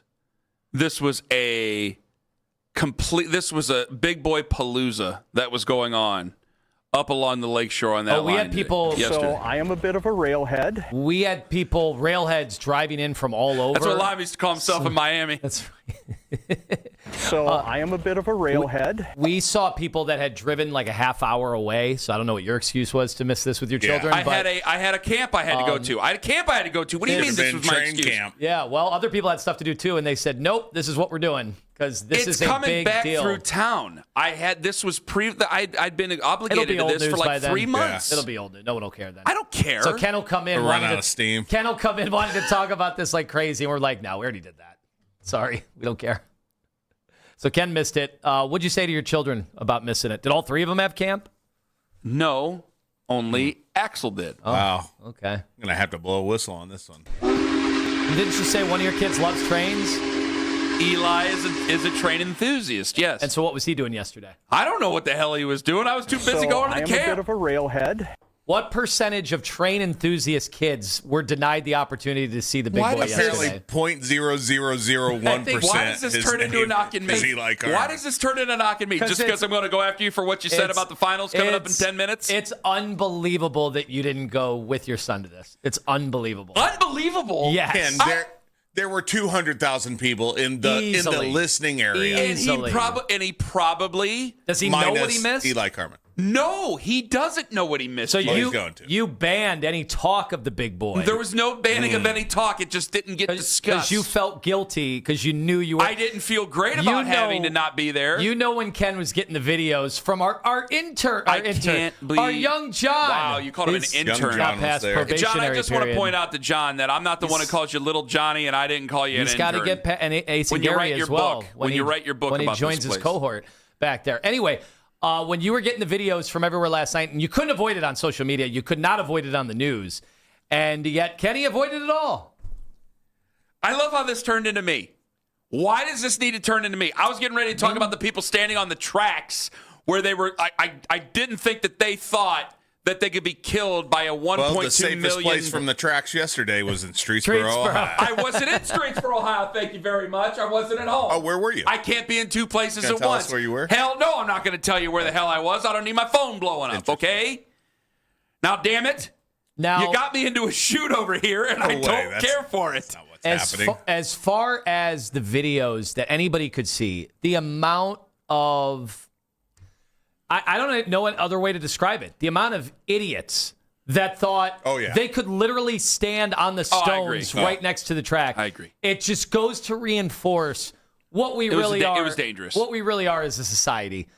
That if there's no police around to tell you otherwise, you can't be trusted. It's dangerous. You really can't be trusted. Think of how badly that could have gone. And I can only imagine what the conductor and the people on the trains, they had a smile on their face. They were waving. They were using the whistle, blowing off the steam. They had to be like, how could these idiots not understand the power of what we are witnessing? Unlike what Lima will tell you, Lima will have you believe something different. Like he's got some of you people believing that I don't like Ohio State for whatever reason, or I hate Ohio State, which I don't. I'm an Akron fan. I am a people person. I enjoy people. I can tolerate a lot when it comes to being around people. I do not hate trains. Now, if it was people from 1964 coming through, if I were the conductor, not the conductor. Well, if I were the conductor too, but if I were the engineer or the conductor, I'd hate everybody by the end of the day. Yeah, I could not imagine the amount of people. I did not foresee that the amount of people basically standing on the tracks right in front of this train, trying to get their own video, photograph. A lot of people with the Daryl Ryder camera saw that hanging yesterday around their neck, and I'm like, how close do you need to be? Right. They made these this isn't 1845, guys. It's not daguerreotype or whatever the hell it is anymore. Like these are really good cameras. Do you need to be right in front of the train as it's coming down the track? You need to be hit by the train actually have a picture of you being hit by the train. I couldn't believe how close these people were. I could not believe it. I'm like, just get away a little bit. I know you want to touch it. I know you want to be close to it. You know how many first downs we've thought were first downs, but actually it's a little bit at an angle, so you can't tell. You got to do the same thing with train. Because Owen got to be right on that. Owen showed me the video, and for a second I'm like, what's this guy's problem? Then I see all the people standing around. I go, no, I think the guy's right. He's like, get the hell away from the train. You're going to get hurt. This is a big, giant train. To see the amount of people that got sent stumbling back because people do not backpedal well. You see corners. At the time, we rip steam's hot. We rip on cornerbacks for not being able to backpedal with the most perfect of form. They don't keep their butt down. To see these people, they don't pump their arms. They didn't actually understand center of gravity. They were stumbling backwards, getting hit with the sound. The sound alone is going to get you to stagger. It seemed to be loud. I wasn't there, obviously, but it seemed to be loud. I'm going to see it on July 13th. I don't understand what your problem is. Why you got to bust my ass so badly in front of God and everybody when I'm going to still see it. It's going to be his time. Okay? His time. Now, I fully admit I would not, had I not lived in Bay Village. I mean, there were flyers for the watch party. I will fully admit. Never been a train enthusiast. Wow. I did watch a 1 hour special with Jay Leno on The Big Boy. But then it was funny because as I was leaving, I saw one of the older gentlemen who was passing out the literature about the watch party, and he had a little bio about The Big Boy, and he said, well, this isn't the one you got to see. And I said, oh, there's something else I got to see. He says, out in Colorado, and he had the whole towns and all that. He goes, I've actually been on that one, and that one, oh, boy, you got to make sure that you're sitting here so you see it go around the mountains. Oh, wow, I can't believe this guy actually, you acted like you were Sir Topham Hatt for the last 5 minutes, now all of a sudden you get this. In a conversation about steam engine 752 yesterday. 752? I don't know what it is, but I was in there. That's more impressive? That was better than seeing the train come through, was interacting with the train folk. They knew their stuff. We had this guy. I am a bit of a railhead. We had this guy over at 8. I don't want to say his name, but there were a lot of people, like the first time I worked with him, they were like, hey, whatever you do, don't get him started on trains. And I went, why? And they go, he won't shut up about the trains. I leaned right into it. I go, hey, I heard you love trains. And I mean, from the moment we took off in the Winnebago, we had like a trip. We had to go to like Garrettsville or like down in Portage County. The whole time we talked trains. Train and talk? I swear to God on my mother's grave, and she's in the basement, I was enthralled with every sentence he said. The passion that he had for trains. Well, and if you didn't know anything about it. The knowledge he had of trains.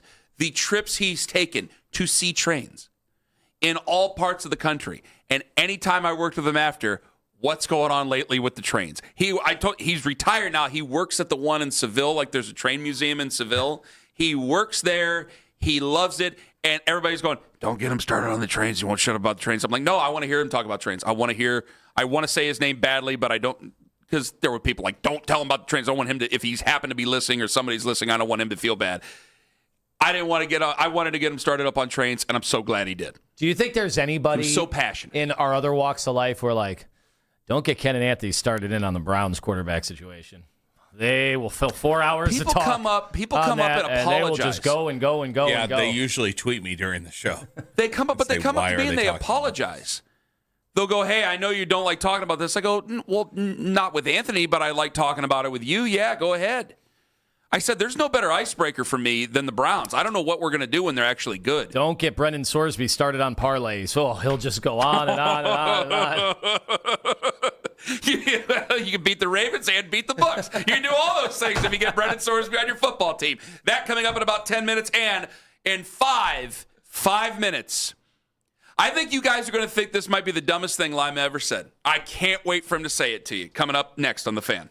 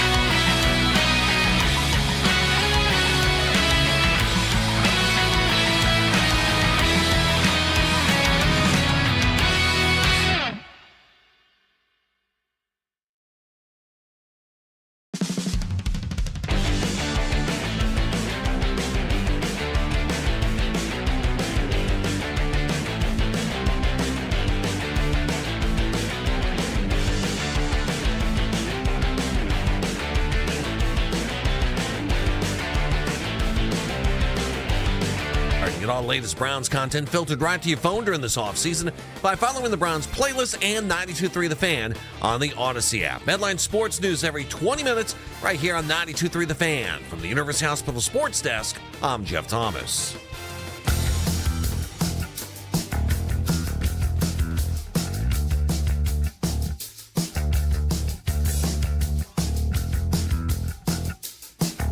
All right, we'll get to the Sorsby thing coming up here in a minute. They ain't going anywhere. We got Wetzel at 9 o'clock. Wetzel. And you got to read his piece. We'll share it. His piece just goes after the judge involved. Love it. Love it. Even more so than the NCAA, and I'm curious to see what he thinks the NCAA was supposed to do. Find out. I love wonky Wetzel, so this is going to be great. You said one of the dumbest things I think I've ever heard you say. And I'm not trying to be facetious. I'm not trying to overblow it. Yeah, you're going to have to explain this one to me. Because maybe I'm wrong. 216-474-0092. I throw out the number. I don't even know what they don't even know what to call in for yet. You're rooting for the Knicks, and you think the Knicks are more likable than the Spurs. I think they're one of the more likable teams that I've seen in a long time in the NBA. They have the fewest amount of guys that I hate. And, in fact, if anything, like I have found, and I never thought this would happen, I've fallen in love with the Karl Anthony Towns story. Brunson, taking the massive discount so they could even put this team together. That's just not happening anywhere else. I just think I find their team to be so much of what we wish our team was. And that is just they will play so hard. They play so hard to make up for maybe not having. They're good, but they don't have anybody that can do the stuff that Wemby has, obviously. Or you could go through each round of the playoffs or look at all the great teams. Like, they don't have that. They don't have, like, Brunson, it's inefficient. Like, he pours it out there, everything he could do. They have two guys that are supposed to be liabilities on defense, and Karl Anthony Towns, against the pick and roll, and Brunson, and they overcome it. Like, I think it's Mike Brown, I find to be one of the most likable dudes in basketball. You explain why they're likable, but you don't explain why they're more likable than the Spurs. Explain why you think they're more likable than the Spurs. Part of it is, like, I think Wemby's just going to, if he stays healthy, he's just going to win so many titles. So if he gets started now, I'm kind of worried about the future of what the next 5 years are going to look like. Wemby is that good. And to me, even like they said how, he got mocked for the first two games of the series. I'm like, guys, he is on another level. He's defending the entire court. I've never seen anything like it in my lifetime. And then offensively, he's got skill. He can do so much. If he catches the ball within 10 feet of the rim, like, what are you supposed to do? Well, I disagree. And, one of the reasons you gave off the air, I'm waiting for you to give it on the air. The reason why I disagree with you is you had said off the air about the history of the Spurs. Yeah.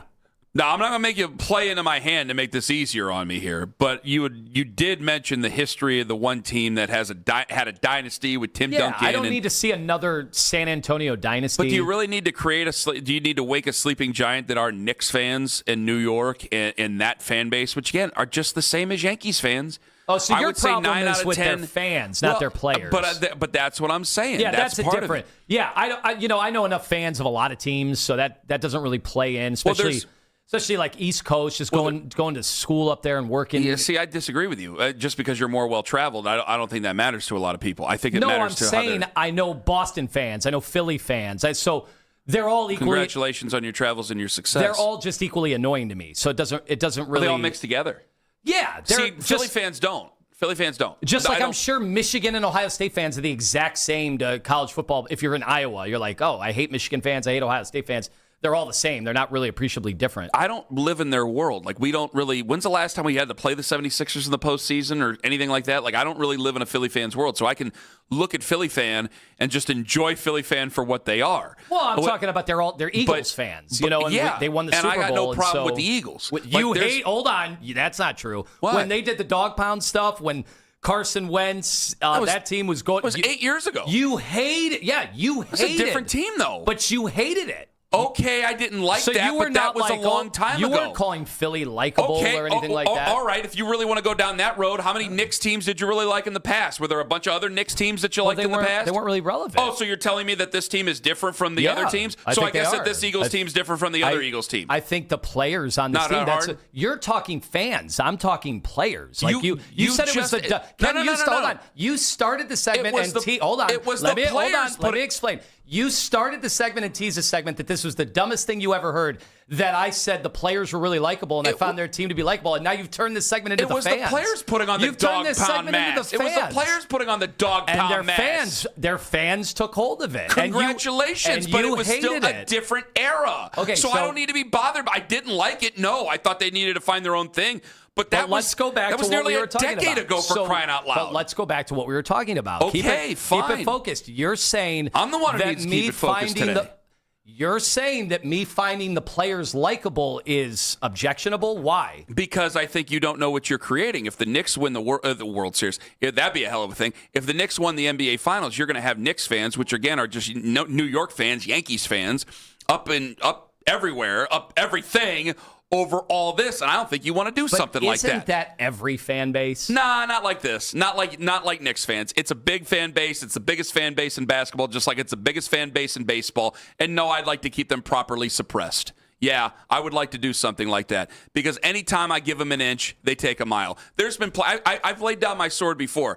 The Yankees and the Knicks, I've said, if I died and came back tomorrow, I could see myself being a Yankee fan. I love Babe Ruth and reading about him growing up. I could see myself being a Knicks fan because I love the old Patrick Ewing and John Starks Knicks. But I'm not. I'm a Cavs fan and I'm a Guardians fan, okay? And I know from experience that anytime you give a New York fan an inch, they're going to take a mile and they're going to shove it right in your face. And I don't deal with that with any other fan base, and that includes Pittsburgh. I know how it was back in the day when everybody was rooting for the Red Sox to beat the Yankees because we were so sick of the Yankees, and it made sense. And then a year later, we hated Boston fans. Thank you very much for bringing that up, because I hated that was one of the monsters that I created, because that's the second biggest fan base in basketball, or that's the second, in basketball and in baseball. So I have two of the biggest things out there, and all these people taking these trips for either of these teams to do it. No, I'd like to keep them down there. I'd like to keep them at arm's length. Yeah, but and I like a town that has a one team. It is a one-team town in San Antonio. I think that's kind of cool and kind of neat and kind of special.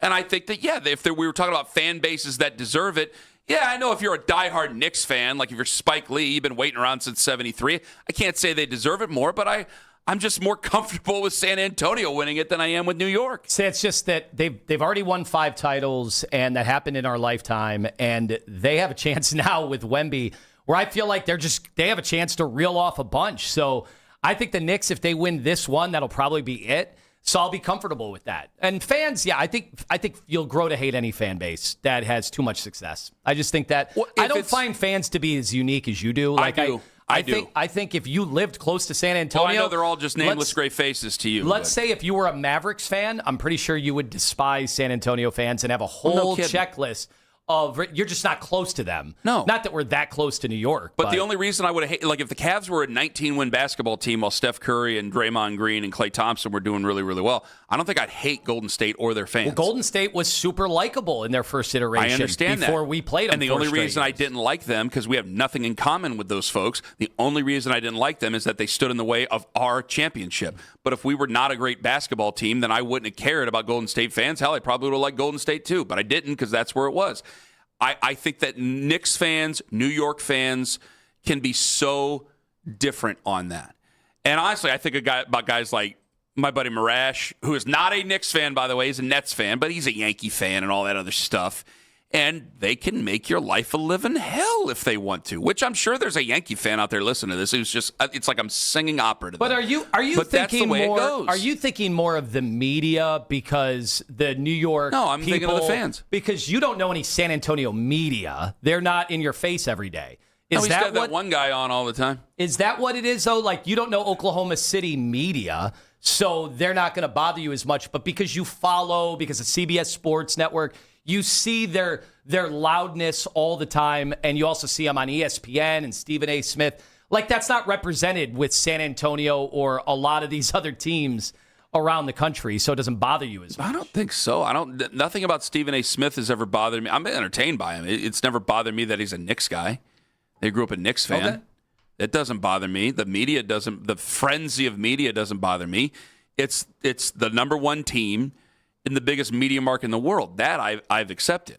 But when it comes to fan bases, I think that you could end up being really bothered by them, considering how they beat us and they embarrassed us while they did it. But see, I put that more on us. I mean, I do as well. I didn't go after Knicks fans. I went after our team and I for know that you did. embarrassment. I understand. And so when Knicks fans were clowning us, I was like, "We're clowning us. Who's clowning us more than we are?" But I don't, and rightfully so. I don't think it's going to make you that much more strident. I mean, there's only so much we could say about the Cavs before we just all accept that. Yeah, it was an embarrassing failure in the Eastern Conference Finals, and it was a terrible series for us. And that, yeah, the better team won, no matter what James Harden wants to say or Kenny Atkinson and how he wants to explain it. We can accept it, but it doesn't mean they're not going to try to rub your face in it. A social media reaction brought to you by Scheiben Jewelers, Cleveland's premier jewelry store. Charles says players like Brunson, Hart, Bridges, OG, easy to root for. The way they play, they want your favorite team to play like that. Lima is right. Easier Victor to root for. Wembanyama doesn't play hard. Stephon Castle doesn't play hard. They're not as dirty as he is. Champagny doesn't play hard. He is. He's dirty now. He's dirty. Yeah, I mean, do a poll question right now. Is Wemby dirty? And see who they side with. So Kenny. if Victor Wembanyama doesn't play physical, what is everybody saying about a 7'4" string bean from France? Is there a fine line I just want to let that be between known. physical and dirty? I apparently there is, because I'm telling you right now, if he doesn't play the way he is, the way he has to play, he is going to get shoved around. We are talking about a guy from Europe who's 7'4" and stringy. Of course, the people are going to call him the opposite of hard ass. They were going to call him everybody wants to call him soft. That's why he seems to be such a cheap shot artist to everybody and such a villain. He has to go out there and he has to play physical and what tough. What he did to Brunson was total cheap shot. Radu says, I don't hate this Knicks team. Wish the Cavs would have half the desire but play as hard as the Knicks do. I don't necessarily hate. I didn't say I hate. Did I say I hated him? I don't hate the Knicks. Let me go to Chuck in Parma. You're next up on the Fan. Hello. Yo, what's up, man? Hi, Y'all Chuck. going at it, man. Y'all remind me of the guys from Beverly Hills Cop, the two cops. Well, who's right? 216-474-0092. Go ahead, Chuck. Tell me who's right and who's wrong. This is what I say, man. It's not about the players are always interchangeable. Okay, for 40 years we all been watching basketball. It's about the fans, and not only that, it's the venues. Madison Square Garden is the main reason why the Knicks are hated, if you ask me. I mean, look, it's tough to go in there and win, and look at their fans. They travel, they're obnoxious. It's more, whatever New York team can get it. It's all because of the Yankees. The Yankees got the worst fans in the world, if you ask me. Every time I see one, Chuck, you want to punch them in the face. What do you think of Ohio State fans as we take over every stadium in college football? Our fans, of course, man. I love our fans. I'm never going to go against anything that got to do with Cleveland. And so this is the reason. This is what happened. So we're Yankee fans. We're the same then. You are Yankee fans of college football. Let's be serious. When your fans travel, when they go on the road, they got to take that energy with them. So it's kind of, you want to hurt these guys if they constantly yelling at you, on your ass, you know what I mean? Things of that nature. I do want to say, the three fan bases I hate the most. I mean, Owen. Power rank them. Hold on. We got it. Three Owen. Hold on, Chuck. Let's go. All right. Power rank it. Let's go. Number three, you got the Phillies. They suck. Number two, we got the LA Dodgers fans. And number one, it's definitely the New York Knicks. Over them all. They're spoiled. We love when they lose. They got that great, beautiful venue, and I hope they lose the next two games and blow this lead that they have. Thanks for having me, guys. All right. Thank you very much, Chuck. He did not say Steeler fans. He didn't say Steeler fans. That's odd. Yeah, you usually get a Steeler fan thought in there. You didn't get nothing. Do you really find fans to be that different? Yes. From team to team? Yes, I do. Because, marketing and the way that the leagues treat you all the same. They think every NFL fan base is the exact same. I know, and I don't like that. They don't really find outside of the transplant teams like the Arizona Cardinals, where everybody there is a transplant. Every Cavs conversation brought to you by the fine folks at Surfside Hard Iced Tea. I ask you to please enjoy your Surfside Hard Iced Tea responsibly. I'm glad you brought that up. I hate that. I mean, if there's one thing that I really like, I have room for progress. If there's one thing that I really don't like, I don't like that we don't leave things to try to make them special to a fan base. It seems like there's only a couple of fan bases that get to have anything special. And maybe that's what bothers me in my heart of hearts. Like Green Bay gets to be special because they play in an old stadium because they have old history. We used to have, by the time 2029 comes around, like, yeah, great, big, beautiful indoor facility. There will be a tinge of me that misses the neighborhood feel of the different tailgates. Well, if we had places. municipal stadiums and still. if you had municipal stadiums still, 20 plus years and not doing so well in that stadium does kind of soften the blow a little bit, right? I don't like what they've done, even with some of the stuff when it comes to like the logos and stuff. Like you notice some of the logos have kind of flattened and matted out. And it's going, well, why do you do that? Oh, because it costs less to make that, so we just kind of make everybody cookie cutter. What makes an NFL fan special? And when you tell us that the players don't really care about us, and that's not just you, by the way. And they don't. They do that. They love to do that. They love to act like they don't care about fans. All right, well, when you do that, you're only hurting your own business. Because still it comes down to a battle of good versus evil.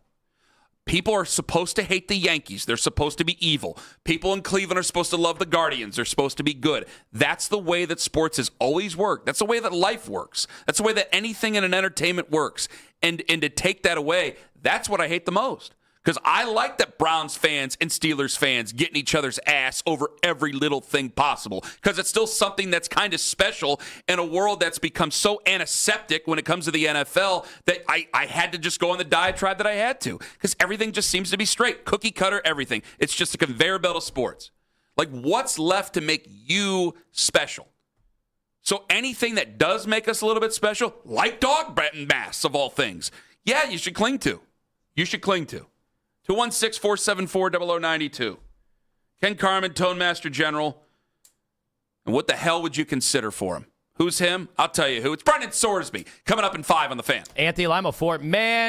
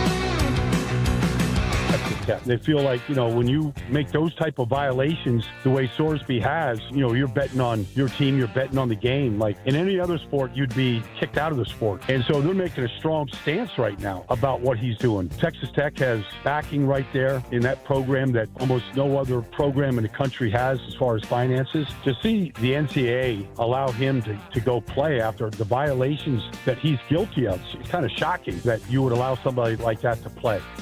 That's Brian Baldinger. He was on with us at 7 o'clock. Dan Wetzel wrote a takedown piece, and he will join us at 9 o'clock, senior writer ESPN.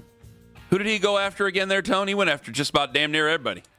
Yeah, he went after the judge. He can't believe that this was the ruling. It is surprising. I said for Sorsby yesterday, I said it right after, which probably the timing was a little ill. But I said this is a golden opportunity for Sorsby. Good for him. I mean, if you're going to find, that's the judicial system. This is what you hope for. You hope for judges that are either lenient or, in your pocket's a strong thing to say, but more sympathetic towards your plight. That's what you hope for. This is the judicial system. This is what we set up, and that's what he was able to take advantage of. And now he's able to take advantage of it because he'll go back, he'll play. He's got to show that he can play well, that he can handle the heat, because there's going to be a lot of heat. You go into any of those places in the Big 12, they're going to be letting you have it.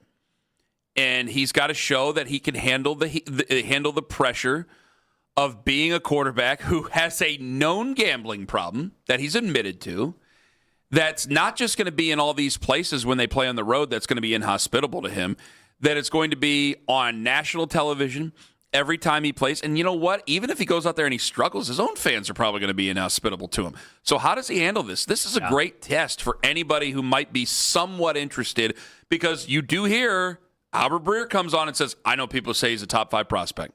Okay, well, we're about to really find out if you're a top 5 prospect now. If he's able to play this year, and right now, because Gary Nussmeier and Drew Aller were top 5 prospects before their senior year. Absolutely. And we're going to talk to Dan Wetzel about this coming up in 12 minutes, and I'm curious to see if he thinks this groundswell, this movement by opposing athletic directors and teams is going to be powerful enough for Texas Tech to have to say, no, we're not going to take one of the biggest free agent, because that's what it is in college football now, quarterback recruits who's going to make $5+ million this year. If he gets a chance to play, I want to see how he overcomes that, because you're right. He's going to be faced with that question every single week, the press conferences every time. They do those coaches shows as well in these towns. Like, is he going to appear on any of that? And how hard hitting the question is going to be, because this is going to be his life now forevermore. And he's got to battle that. And, it's by his own doing. I'm not making him to be the victim at all. This is all his doing. Yeah, he did it. These guys are all lectured day one when they come on campus. You cannot do this. You'll be kicked off the team if you do this. And now, if he's able to play, how does he deal with all the that? ruling's ridiculous. No doubt about the ruling. The guy is openly throwing himself at the mercy of it. The afternoon show didn't think so, which I thought was interesting. Well, because apparently, maybe for context, I know that they always accuse us of that. Yeah. Maybe they had people saying it's not that big of a deal, doing the moral police thing. When I heard the clip, it's like, when you're comparing it to sexual violence and domestic violence and some of the other nasty things that we've had to talk about with professional athletes, it is nowhere near that. I mean, that is... Gambling can ruin other people's lives, not just your own. But it's nowhere near how heinous some of the other things are. I get that. And I think maybe they were I hope they weren't having a straw man argument, but I hope that they were arguing with a minority of people who are warped if they see it in the same light. It's not about some moral power play for me. It's a ridiculous ruling. But it's also a ruling that I'm going to accept and look at it as probably a positive for the NCAA. They turned all the faucets on. And they knew when they turned it on. When they allowed NIL, when they decided to stand down from all the lawsuits and all the stuff, they knew what they were doing. And I told you that 5 years ago or whenever it was, that they want us to come back to them as an American public, as a sports-consuming public, and want regulation. Now, I don't know if they're going to get it that way. Mike Florio talked about having a paid employee situation and having organized labor, having a union. Now, still, I think if it's not the NCAA getting their congressional power to put in regulation, I still think there's a bunch of college presidents who are going to be high-fiving, because if there's a college football union or a college sports union, if that's anywhere near the NFL union, I think those guys are going to be laughing all the way to the bank. Because we've seen just how, like Major League Baseball's union ain't nothing to mess with. That's a very powerful union. But you've also seen the worst in the NFL union. The worst. And if we're talking about college-age athletes here, yeah, college-age people can stick by their morals, but they can also look at it and go, I'm going to give up how much? Yeah, there's I'm gonna give up what? too many different interests. At least in professional sports, you've run the gamut of, you've got the veterans, you've got the young guys who don't really have a say because the union has to figure out things for the dudes coming in. And but so in you college, got guys on a 4 to 5 year scale anyway, not 10, 11, 12 in some special cases in the NFL, a 4 to 5 year scale at best. And if you have those folks in charge, you can't help but look out for yourself. Do you care about what the defensive end of the Idaho Vandals is going to get compared to you? If you play defensive end for Ohio State, you don't give a damn. And so I think that's probably something that the presidents are going to like as well. And does football get a different union than, say, softball? Or is it all lumped into one? That's totally a great question. Different interests. Because you got to figure that out. Because if it's an entire sports union, well, how is the scale going to go? If it's an entire football union, again, I don't think anybody's going to care. I don't think, and you'll get your sports, and all the presidents are going to go, oh wait, there's a cap now, so I get my cap and my regulation because now this is negotiated labor. I get my cap and my regulation. The presidents are going to be happy. They're going to win. So here's the thing with Sorsby that I'm curious about. I think me and you are kind of in agreement. Like, probably he call it a sickness. Okay, it is, right? Gambling. It's an addiction. I do think, and addictions are absolutely a part of a sickness. So I kind of think he shouldn't be able to play college football again, but yet I think he should be able to play in the NFL. Is that incongruent? He has not run afoul of any of the NFL. It's not like he wasn't allowed to bet on the NFL too, right? Like he's not in the NFL. So how do we deal with this? Do you understand how difficult a predicament this is? Do you feel it necessary if you're Roger Goodell? And do you feel like you're... Well, that's what I'm saying. I bet you he will. I thought you thought like he should be banned from the NFL. It's like, well, he could be suspended for some. I thought you were wondering whether or not he's either he's either playing in the NFL or he's never playing in the NFL. No, I assumed he was going to come into the league with some sort of. Now, can he appeal that too? Can he find lawyers on his side? Could be a very. I mean, he's got Kessler. He's got one of the best. He's got in the world at these types of cases, and he's been able to win, but really temporarily. But he's going to run out the clock on that. Most likely. If you're him, obviously it worked out very well. If you're any one of us, this is obviously somebody you monitor. Because if he goes out there and play, like if you're a Browns fan and you don't care, if you just assume that Ohio State would whoop Texas Tech's ass anyway, which they more than likely would, right? I don't know. They're spending how many millions of dollars? All right. Do you think that Ohio State would have whooped Texas Tech's ass last year? They would have beat them. Okay? I'm just saying that they've got talent. Like, Texas Tech's going to have talent. Right. So you think Ohio State would have beat him, right? Let's just say this. If you're a Browns fan, you can't tell me you ain't paying attention to it. Yeah. Because if he plays really well and there's any sort of a discount, like, what if the Browns end up having a decent record and they're still not very great quarterback play, but we have all these other positions playing well, and then all of a sudden you're at, 15th in the draft, and then you got Brendan Sorsby right there. We'll have that conversation. Whether or not you could trust that guy, the history of the Browns compared to him, where that might be, of course you're paying attention to that, because he'd probably fall in the draft because of this story. Well, people were saying yesterday, that's you guys in the morning show, you're done with this conversation. I'm like, this is only the beginning of the Brendan Sorsby conversation. How do you think, unless he's just bad, right? Unless he comes back, can't get over the hurdle of, all right, now all eyes are on you and everybody is going after you. Cross them off the list then. That's simple. How this works. Coming up in 5 minutes, Dan Wetzel, ESPN, one of the great thinkers when it comes to college sports and certainly college football. He went nuts yesterday after this ruling. I want to talk to Dan Wetzel about it and what it might have to do with the Browns in 2027. Ken Carman, Anthony Lima, take us with you to work on that free Odyssey app. Anthony Lima for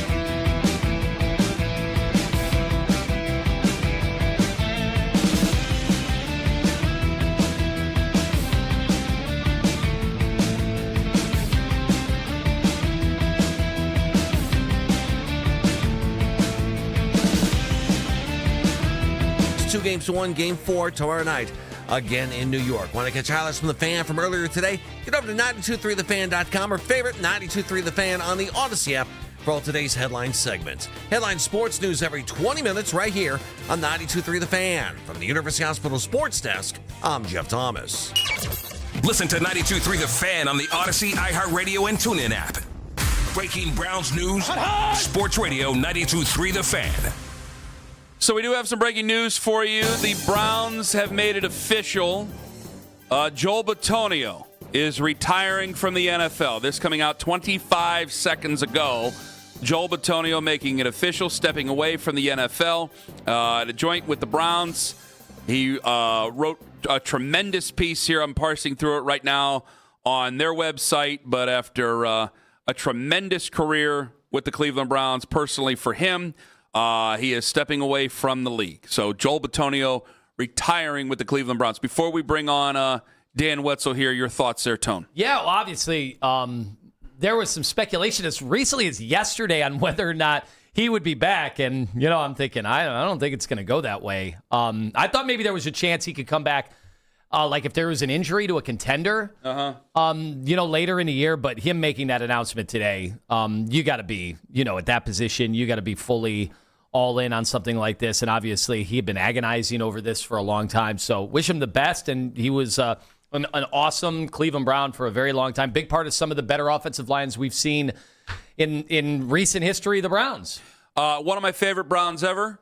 I've told him before that there have been guys who've walked through the door. I mean, we've been doing this together with the Browns for 14 years. There's been guys who have walked through the door that have made it hard. I like to be a fan and talk about the Browns and be, with you doing the show. I'm not a journalist. And there's been guys who've made it harder, who've come through. He is one of the special ones that made it much, much easier. To be a fan of the team, want the team to do well, and obviously be able to cover the team. And he's a tremendous pro. I think that he could be a Hall of Famer. I understand that we have plenty of time to talk about that and the conversation behind that. But certainly means a lot to a lot of Browns fans out there. Consummate professional, and I wish him all the very best in his life's work after this. Obviously still a very young man, as most guys are who retire from the NFL. So there's a lot for him to do in life, and he has every opportunity, and we wish him every single success from this show. I'll tell you that right now. Let's get to Dan Wetzel, who joins us right now, senior writer, ESPN. He joins us on the Wise Heart Right, We Make It Right, Call Kyle Right hotline. Dan, good morning to you. It took a little bit to get to you because we just had this breaking news from the Cleveland Browns, Joel Bitonio, announcing his retirement. You wrote a scathing piece in ESPN, Dan, about the judge and this whole thing with Brendan Sorsby. Can you give us your thoughts about what you wrote? Yeah, ripping a judge is always fun. I'm going to definitely drive really slow if I ever in whatever county that is. As long as you stay out of Texas, I know the town you're in. Usually, you should be fine up there. They don't care. Check me in Lubbock County, man. I'm going 10 under the speed limit. Let someone else drive. You just let someone else do it. Just be careful. I mean, this is a ludicrous decision. I mean, Brendan Sorsby gambled over 9,000 times, including, at least 40 on his own team that he's playing for Indiana at the time. Some of those were betting like the unders in performances, at least 2. I mean, this is just the third rail type stuff. I tried to find yesterday, and I couldn't. There's not a single sports governing organization that allows for the athlete or participant to bet on their own team and not face banishment. And I'm talking NBA, NFL, FIFA, the Chinese table tennis, world cricket, the competitive eating, all you name it, you can't do it. Other than poker, I will say you're allowed to bet on yourself at poker. That's pretty much the only thing. Nothing else is out there. So basically, every sports organization on earth is allowed to ban somebody who bet on their own. Every one of them thought this is a good idea. No government has come along and said, no, you're not allowed to do that. no one's really arguing the opposite side and saying we should have a movement where the athletes should be able to bet on their own contests. All of 8 billion people on earth have agreed that this is the integrity importance of competition. And along comes Judge Curry down in Texas saying, well, let's take a look at this. So it's put the NCAA in a weird thing. And the number of texts and calls, I mean, even people who just absolutely despise everything about the NCAA are like, well, yeah, but not on this. So just a ludicrous ruling, in my opinion, and it certainly set off a firestorm all across college athletics. I kind of want to ask you the kind of thing maybe a Browns fan. I mean, we're in a Browns town, we're in Cleveland. So let me ask you what they may be thinking, and we'll get to Joel Bitonio and his retirement coming up here in a little bit. But, Dan, we have you. Let me ask you this. Does this or should this take him off the board for an NFL football team? Should Browns fans swear off? Because we're kind of going in, like I said to Lima yet last week, I'm like, man, I'm willing, I hate to say I'm willing to bet because it's such a terrible choice of words. Right. Promo code. Yeah. But, I mean, promo code Big Fat Ken Carman. Promo code hypocrisy. I'm willing. At ESPN, but that's all right. I mean, well, you know what? Let me bring it into that for a second. Like I've promoted alcohol before. You know, Right. I've promoted other things before. Everything's supposed to be done within moderation. So it's like, well, you're part of the problem. You're part of the problem. Well, we get a lot of nasty things that happen because of alcohol in the league. And everything should be done responsibly. So when it comes to the gambling thing of it, I didn't know exactly how maybe a team would feel, because I know how I feel as a fan. I understand the hypocrisy of it going, hey, there were 253 guys drafted. You telling me none of them put a bet down last year, in April? Brendan Sorsby being the only one we're going to talk about with this. No, I think that's different. That's a different equation. I think what the issue here is that he's found a way to get around punishment by a league. If a team, and certainly Brendan Sorsby and in a whatever the draft would be, 9 months, 10 months, something like that. If he performs really well and he handles things and there's no indication of trouble, then I don't think we need to just bury a guy forever. I mean, I want to give grace to everybody to have an opportunity to come back. It's not like it's still just sports wagering. But I do think that every sports league should have the right to punish for something this significant. You absolutely have to have integrity in your competition, or fans, once they start doubting that, saying this is fixed, you stop watching. And so the entire enterprise collapses. And that's an enterprise that has created a situation where a guy like Brendan Sorsby can not only have free scholarship to college, but he's going to get paid about $5 million this year to play football for Texas Tech. So the system works for him too. This rule is just it's just so clear. There's no gray area, and they educate over and over. And I think everybody just basically understands the concept that I think you should.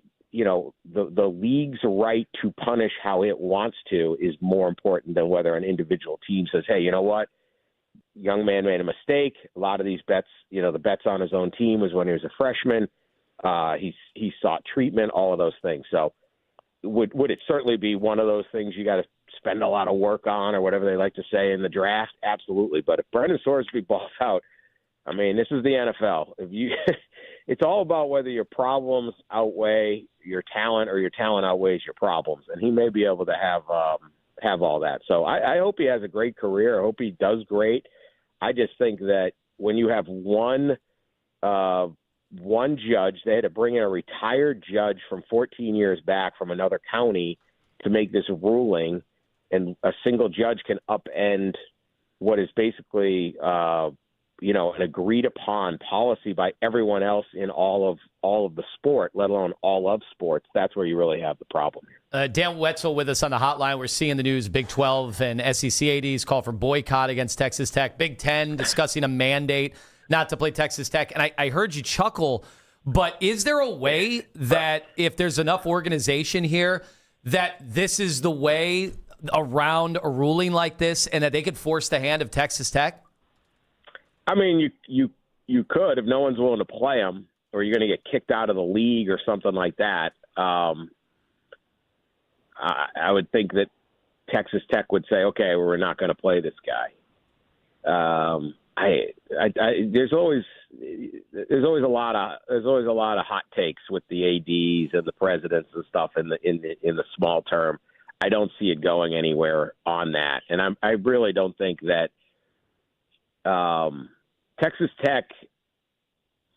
Tech took advantage of how college sports works right now, which is you find a judge and you argue that the NCAA's rules are unfair and you get an injunction. And let's be clear on what this ruling is. The judge didn't say you should be allowed to gamble on your own games. What he said is Brendan Sorsby gets a temporary injunction until his full case is heard. And because by suspending him for this season or banning him his eligibility, he suffers irreparable harm. And this is a problem in college athletics. And this is why, you hear, oh, this one team just signed this 27-year-old from the Albanian Pro League, and he's going to suit up for the Sweet 16. And you go, how did that happen? They don't really argue that it should happen. They argue that they should have the right to argue that it should happen. So give us some time. And then by the time this case would actually be heard, and you try to argue the merits that it's okay to gamble on your sport, Brendan Sorsby's eligibility be up anyway. So it's like a trick. And by doing that, the burden of proof in the plaintiff is so low. All you're saying is, hey, he might have a good argument. And in this case, the judge said, okay, I think he might have a good argument. He didn't say, I believe his argument, I agree with his argument, or even that he will 100% win. And so that's part of the problem here. Now, Texas Tech is obviously being very aggressive here, but let's be honest, that ship has sailed. There is no more like collegiality in college sports. There's no more self-discipline or personal responsibility in college sports. I don't know that there isn't anywhere in society anymore. Normally, anybody gets caught doing anything, they say, yeah, but look, the other guys did it too, or these guys are doing. So everyone is quick to lawyer up. As much as I think this ruling is ridiculous, and yeah, in a perfect world, a school like Texas Tech might say, hey, look, you broke the rules. We're not going to go to bat for you this way. That's just not how the world works anymore. It doesn't matter whether you are. I mean, Michigan was ready to try to get a temporary restraining order to get Jim Harbaugh back on the field, right? During all of that, the Big Ten can't suspend our guy, and they end up dropping it. But, all of these different players that are playing, all the different stuff that goes on. So I think that would be a little hypocritical to go after Texas Tech on this. We got Dan Wetzel joining us on the show. Yeah, I was going to offer, I would come up and clean up after your dogs if West Virginia said, we are not going to play Texas Tech. There's television. there's TV deals that are involved in this. There's a lot here, Dan. Texas Tech's playing Cincinnati, where Sorsby was. Amazing. At Cincinnati, at Nippert. That's not as good as Lane Kiffin returning to Ole Miss, but it's going to be a pretty good. It's going to be a pretty fun game. I mean, honestly, I think Rupert Murdoch might show up and actually hold an AD at gunpoint and go, get your team out there right now. And who's he betting on the line? Who's he putting his money on in that game? I don't know. That's what we all want to know. Tone. Promo code Sorsby. Dan, thank you so much for the time. We have to run you down again. I'm sure this isn't over. So we thank you so much, and you take care. Take care. Dan Wetzel, ESPN, senior writer for ESPN. I want to get back to Sorsby coming up in a bit. However, Joel Bitonio has just announced his retirement. Your thoughts on Joel before, because I have a thought. I really hope that a lot of the young guys see the outpouring of support that's going to come out about Joel Bitonio today. And I have a reason for that coming up at around 9:26 that I want to tell everybody about. However, I do want your thoughts on Joel. Joel was a friend of the show. Joel still is a friend of the show. It's not like he died. Joel is a friend of the show. I think a friend to a lot of us. And I look at him, and there's a little bit of both. I kind of get the same feeling I got with Joe. That's like, hey, you had this tremendous sterling career, but there's still that was so left as an organization that I wish they would have been able to accomplish with you because you were a consummate professional during your time here. There's been so many guys. I know we pay attention to a lot of guys through the last 26 years who are knuckleheads and idiots and morons and really don't deserve to be in the NFL, let alone have anybody wear their jersey. And then I look at a guy like him, Joe, Christian Kirksey, Denzel Ward someday, like these guys who may very well spend their entire career with one organization. It's like, well, they don't have to always be an adversarial relationship with the fan base, and I think Joel Bitonio kind of proves that, does he not? How many guys have we made Hall of Fame cases for since we've been on the air? And that I'd have love worn a Browns uniform. And I would we've love made, to. We've made a Hall of Fame case for him. And the only thing that I think is going to ever hold Joel back is probably their team's success. Yeah. Like if the cosmic tumblers would have clicked into place, and they were to be a perennial playoff team, if they were really set to go to the playoffs this year and had none of the craziness ever happen, any of the other things, I wonder if Joel tries to go one more year, but we don't know that. I mean, your body tells you when your body tells you, and I think Joel played 12 years. That was a fantastic career. But there's always going to be that conversation, too. Like, if you go to the playoffs a whole bunch more, you're a Hall of Famer. You mean you just are. As an offensive lineman, you're playing in so many bigger games. Case. Then you're on national television a lot more. Exactly. You've got the best broadcasters bringing you up. I mean, think about those Dallas Cowboy offensive lines when John Madden and Pat Summerall were doing their games, and how all of them were getting mentioned time in and time out. Bitonio, like so many, great players on bad teams, they didn't get that shine. Because there is, like the Hall of Fame being from here, I'm very interested in. I'm very interested how they vote for it. I mean, it's a Hall of Fame, famous players, right? Not just about what you just did on the field, what he did. You got to be sterling on the field to be there. But it's also the story that's around it. Had they been going to the playoffs, it's 11-year vet Joel Bitonio, 12-year vet Joel Bitonio, going to try to hoist the Lombardi Trophy just once before he calls it a career. Like, that sticks with the media, that sticks with the voters, that sticks with the fans. And it's easier to make that case. However, I mean, you're looking at a guy who definitely goes into the legends, definitely is welcome back for all the homecomings and everything of that nature. Is definitely one of the guys that will be at the if he chooses, will be at the autograph signings and all those other things, because he was a tremendous, tremendous piece and a great representative of the organization his entire 12 years here. 216-474-0092. Joel Bitonio retiring as a Cleveland Brown. He will speak at 11 o'clock. We will carry this live for everybody. He will speak at 11 o'clock. Joel Bitonio is. So we will hear from him coming up at 11 o'clock on The Fan. 92.3.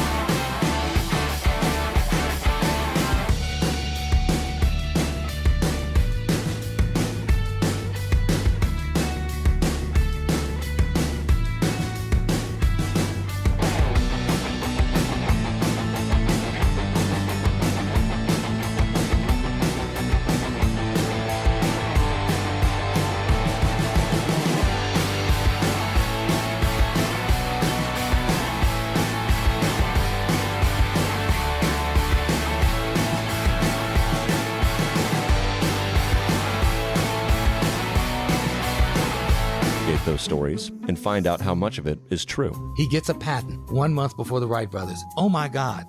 Please follow and listen to Family Lore, an Odyssey podcast, available now on Apple Podcasts, Spotify, or wherever you get your shows. There's only one place to hear breaking Browns news. This is the radio home of the Cleveland Browns, 92.3 The Fan.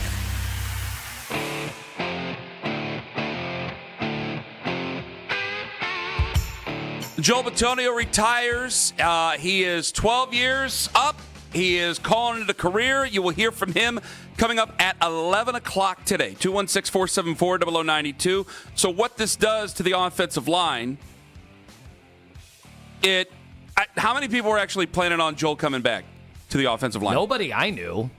That's why I'm surprised everyone's like, well, now here the Browns have to mobilize this. I'm like, did we not all? I did not think he was coming back. Yeah, I thought we had kind of written this off a while ago. I didn't know anything. It wasn't like I was sitting there like, oh, yeah, I've been texting Joel. No, I didn't know that. I'm just pointing out I did not expect him to be coming back. Because right now I think you're looking at Spencer Fano over there at left tackle, which, by the way, interesting. I heard Nate Tice last week, and he said he doesn't think Spencer Fano is finishing his career at left tackle. He thinks that because that sounds almost like a bad thing. He thinks that because of his versatility, there's 4 other places that he can play on the line that eventually, depending on where their draft takes them, people are going to hate this comparison. Nate actually compared him to Will Campbell in New England. Now, I understand he got beat up in the Super Bowl. It was a Super Bowl, and he was obviously playing hurt. All right, he was great throughout most of this last year until he got banged up. But he felt that the Patriots' idea was that the end game with Will Campbell was not left tackle. It's another spot on the offensive line, maybe at guard. For Spencer Fano, maybe it ends up being right tackle by the time it's all said and done for him. Not sure. But either way, he does provide versatility. Let's see if he can get the left tackle thing down first before we go down with anything else. You're looking at Zion Johnson at the left guard spot. Elton Jenkins I know he's been put in by like our lads in their depth chart as a starting center. I would not be surprised, and Nathan said this, Zagura, and a lot of other people said this, like probably Parker Brailsford could end up getting a real good look to be your starting center. I know he's a 5th-round pick, but he might have a real good look to be your starting center. I got to say, that's part of the reason why I don't think it's the end of the world. You earlier in the show, you kind of brought up how these could be the biggest weeks of Shedor's career, and I'm like, I can't go there because I actually think he might serve to benefit by not starting the season as the quarterback. Well, because you're talking about putting a 5th-rounder starting with a whole new offensive line. Like, how do you think that's going to end in the first 4 or 5 weeks? Let me. I don't care who the coach is. I understand your point. I don't disagree with your point. I think it's valid.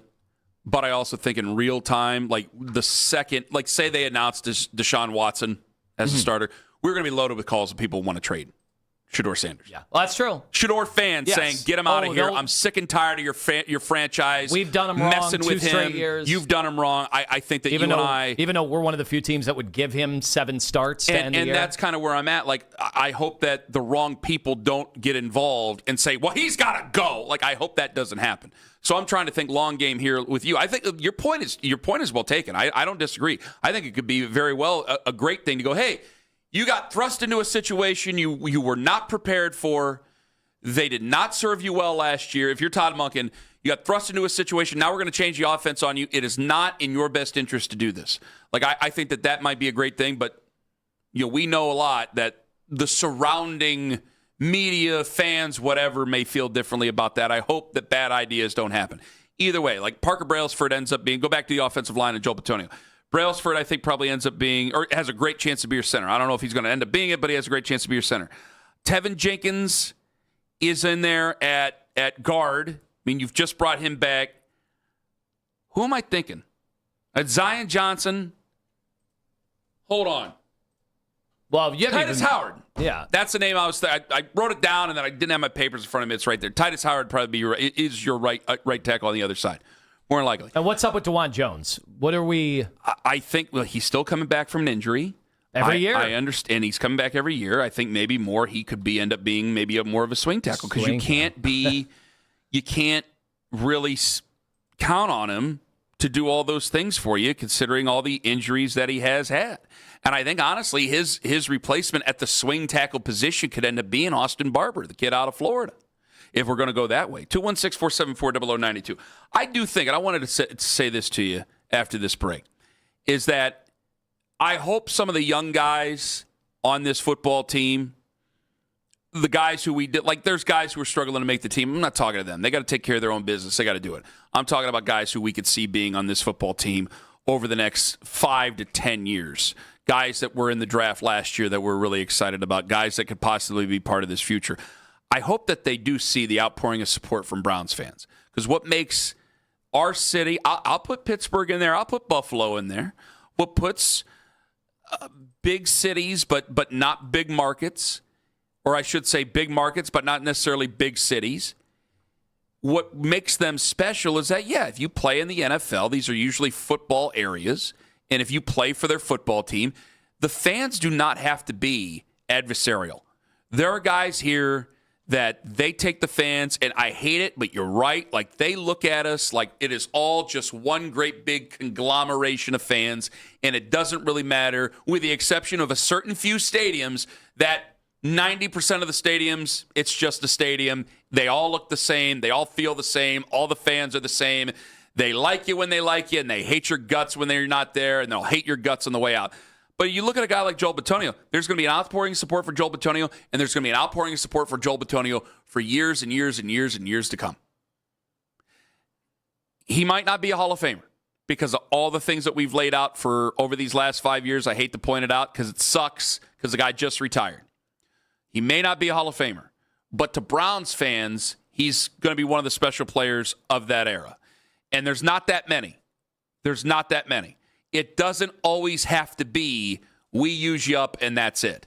It doesn't have to be, I don't trust these fans and that's it. Yeah, you got to be good.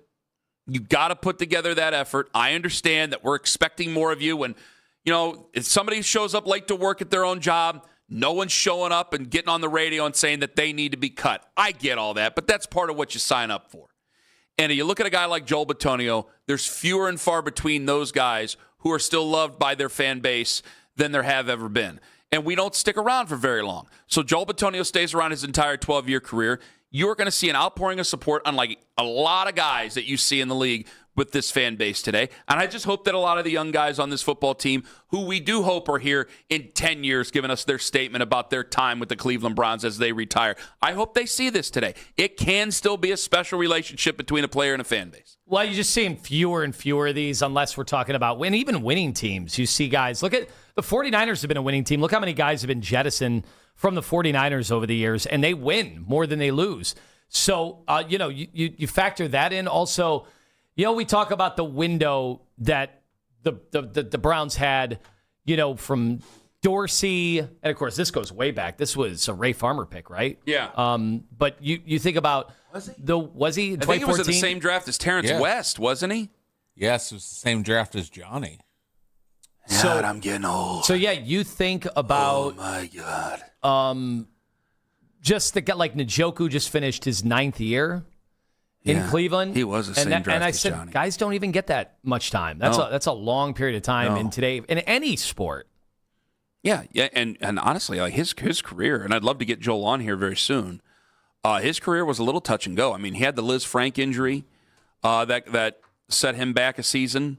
A little bit of that career was kind of like, well, is he going to be healthy enough to be able to do it? Because and by the way, he's one of the few guys you don't see the drop in, just play him and then set your watch to him for the next 10 years guys anymore. Not in this generation offensive lineman. I think a lot of that has to do with high school and college football coming up. I don't need to get into that whole diatribe again. I think everybody's heard me a million times on that. But like Joel was a guy who played tackle in college. They dropped him in. He played guard, and you just set your watch to him for the rest of his career, with the exception of the injuries that he dealt with earlier in his career. But everything else, he was sterling for you for all that time. And there was a lot of times he had to get his back shot up and all the other stuff to continue to go out there and play. So for Joel, I hope that people see, I hope the young guys see how much of a special relationship this is where, yeah, they were not always winners. And they definitely lost more than they won. No fault of Joel's. But you see how special a guy is to a fan base like Joel Bitonio, like a couple of these guys have been here over the last 10 years, who have come back and retired as Browns, Christian Kirksey, Rashard Higgins, who did not spend a whole lot of time here. And there's a lot of people who just absolutely love him. Like, it can be a special relationship. 216-474-0092. Joe Boltonio retiring today. You will hear from him at 11 o'clock as the Browns get ready for their first minicamp practice later on today. Ken Carman, Anthony Lima, live on the Fan. WindowNation.com.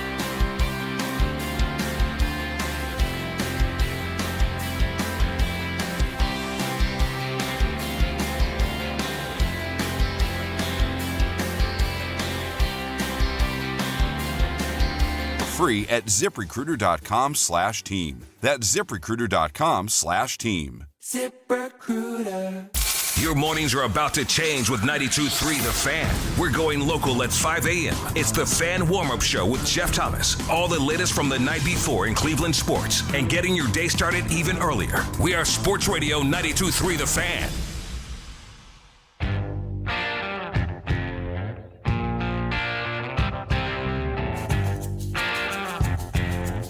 $11 o'clock today, Joel Bitonio going to speak to the media.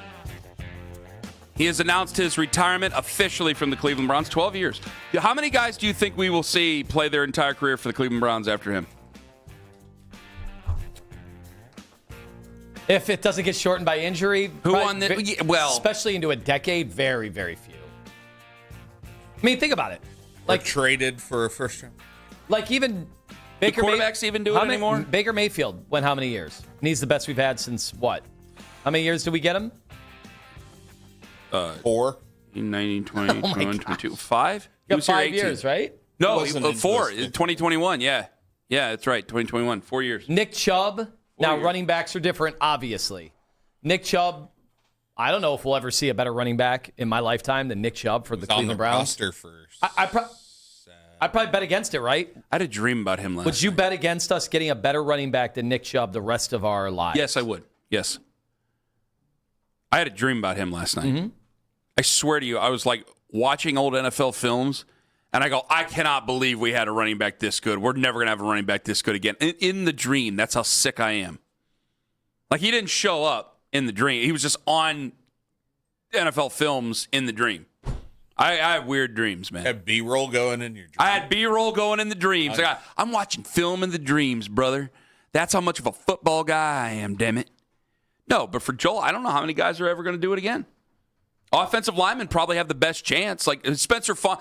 Honestly, Spencer Fano, I would think that he has a chance to do it if obviously he has to be good. Yeah, I think that's the only position that really has that great chance to do it. And even quarterbacks, I think, kind of, hey, we're getting somebody else in, away you go. Offensive linemen in this league, there's a reason, like, when we pick up these offensive linemen from other teams, I have to pause and tell everybody, like, we didn't fix our offensive line. We addressed it because other teams are not in the business of giving away offensive linemen. It just doesn't happen. Good ones, yeah. Quarterbacks are different because there is such a roller coaster of emotions, in every city with quarterbacks. Like, with Philadelphia, Jalen Hurts has won a Super Bowl, and it feels like we are year to year on whether they're going to move on to another quarterback in Philadelphia. Like, they don't do that with offensive linemen. Once you're good, you're good. You're going to be kept for as long as possible. Because especially now, you're worth your weight in gold, for crying out loud. I mean, you can't miss these guys now. Let me tell you this. I'll say this. When you look at the way the position is, with the way these guys are, this is going to come off bitter and nasty. I hope I'm not in some position where I have to take pity, and it's a terrible word to say, but I hope I'm not in some position as a Browns fan to take pity on a player again, because I'm not going to sit here and lie to everybody. That was part of how we felt about Joe. That's part of how we are feeling right now about Joel. That's part of how we felt about Nick. Like, you got to get that position right. The most important position, you got to get it right. Because obviously it changes how everything is taken in. It changes. If you had the right guy playing quarterback and had to say they would have done what I wanted them to do after 2021. You bring in a veteran, you have a competition, maybe Baker wins it, maybe he gets it fixed, maybe it humbles him. Who the hell knows what would have happened compared to what you ended up doing, where it became a farce and a comic strip the entire time. If you get that position fixed, Joel looks different. Miles is still here. Joe Thomas's position is different. These guys look different here. I mean, there have been plenty of guys that we've had during this time that have had some really great performances go for nothing because the quarterback room has been so bad. So you better get something fixed here over this next year. You get another year. You get another year. It was a good draft last year. We're thinking it's a good draft this year. They got to go out there and play. But you get another year to get this thing figured out. And more than likely, you don't have that answer in the quarterback room. That's why we're sitting here talking Brendan Sorsby to Kingdom Come, because I don't want any of these other guys to go to waste. And I don't want them to go to waste because of another guy who gets in his own way with dalliances off the field or God knows what. So, yeah, it's a really important thing. So we'll go with another year, getting our quarterback situation hopefully figured out. We probably won't. And we'll go to the draft and hopefully get it figured out so a guy like Spencer Fano cannot have his time wasted. Even though you're getting paid a lot of money, I don't know if you're getting your time wasted, but a guy like Spencer Fano doesn't have his time wasted to the fan base, or Parker Brailsford, or any of the free agents that they got, or whoever else they get. Like, you don't want to do that. Like a good quarterback, Denzel Boston looks that much better. Casey Concepcion looks that much better with that type of guy. I think that's how we got to keep this in perspective here, man. It's definitely a signal to, not that we needed Joel Bitonio to step away for us to understand this, but we've effectively closed the door on the feel-good era of 2000, right? And I mean, it's 2026. We're 6 years later. But we've effectively closed the door. All those players are gone except for Denzel. And that's it. And that's over, and they won one playoff game. Yeah. Like, I got a couple of texts like Carson Schlesinger could be a lifer. Carson could be a lifer. Absolutely. I think a lot of people are looking at him. I would say already maybe our generation's Clay Matthews. I know it's kind of different. Now the league is different, but maybe our generation's Clay Matthews there. I don't know if he's going to play across 3 or 4 different decades or whatever it is, but maybe our generation's guy like that. Maybe he could be here for the rest of his career. But I think fewer and fewer guys like that, that's part of the reason, and it's a different sport and a different scenario. That's part of the reason why we love Jose Ramirez so much. We want to give him a statue at every single corner of the city. Because loyalty does matter, especially loyalty during not the very best times ever. So we'll hear from Joel Bitonio coming up today at 11 o'clock on The Fan. Hear from him, his retirement, and then we'll obviously get ready for one of the biggest weeks in Cleveland Browns history, as minicamp always is. Do you think Joe Thomas is happy that maybe someone else can help with some of the young guys when they always expect Joe Thomas come in and coach these guys? That depends on what Joel wants to do. Like, I do think Joe... Do I have to do this every year? Do I have to do the work of what the coaching staff's supposed to do? Well, I'll say this. I think when Joe's kids are a little older and he doesn't have to be doing as much at the house and all that stuff, I think maybe he jumps back into coaching. I think he jumps maybe into coaching. I don't know at what level, but I know he knows it takes a very big time commitment, and I don't think he's ready to do that. Maybe Joel doesn't want to coach. Maybe Joel wants to do other things. His late great father was a cage fighter. Maybe he decides to get in the cage. I don't know. It seems like after you retire, you might want to take it easy, but who the hell knows? How will his body transform after retirement? Oh, he'll drop a bunch of weight. You know that. Probably already has. It goes one of two ways with some of these guys. Nah, today's linemen, it used to be that way. I think you see a lot more of that with, like, wide receivers and running backs. They get a little hefty, get a little big. See Eric Snow? I have seen Eric Snow, Basketball players, they get a little big. But like Antoine linemen, Walker. There's more guys who are more like, some of the guys are like, oh, I didn't, like, don't worry about that. They'll pull weight on you. Don't you worry about that. Because it's easier to put it on than it is to take it off. I know from experience, dude. All right. Thanks to Joel Bitonio for a splendid career, a sterling time as a Cleveland Brown. Hear from him coming up at 11 o'clock today. We're back tomorrow, 6 to 10. We'll go around the AFC North as we get you ready for mini camp and day one all throughout the day. Don't go anywhere. 92.3 The Fan. For Big Country, for Jeff, for John, for the Slippery Wizard Anthony Lima, I'm Ken Carman. Have a wonderful day, my friends. Go Guardians. They need it. Hey. Sounds good. Where's your entourage now? Cool, I got on the last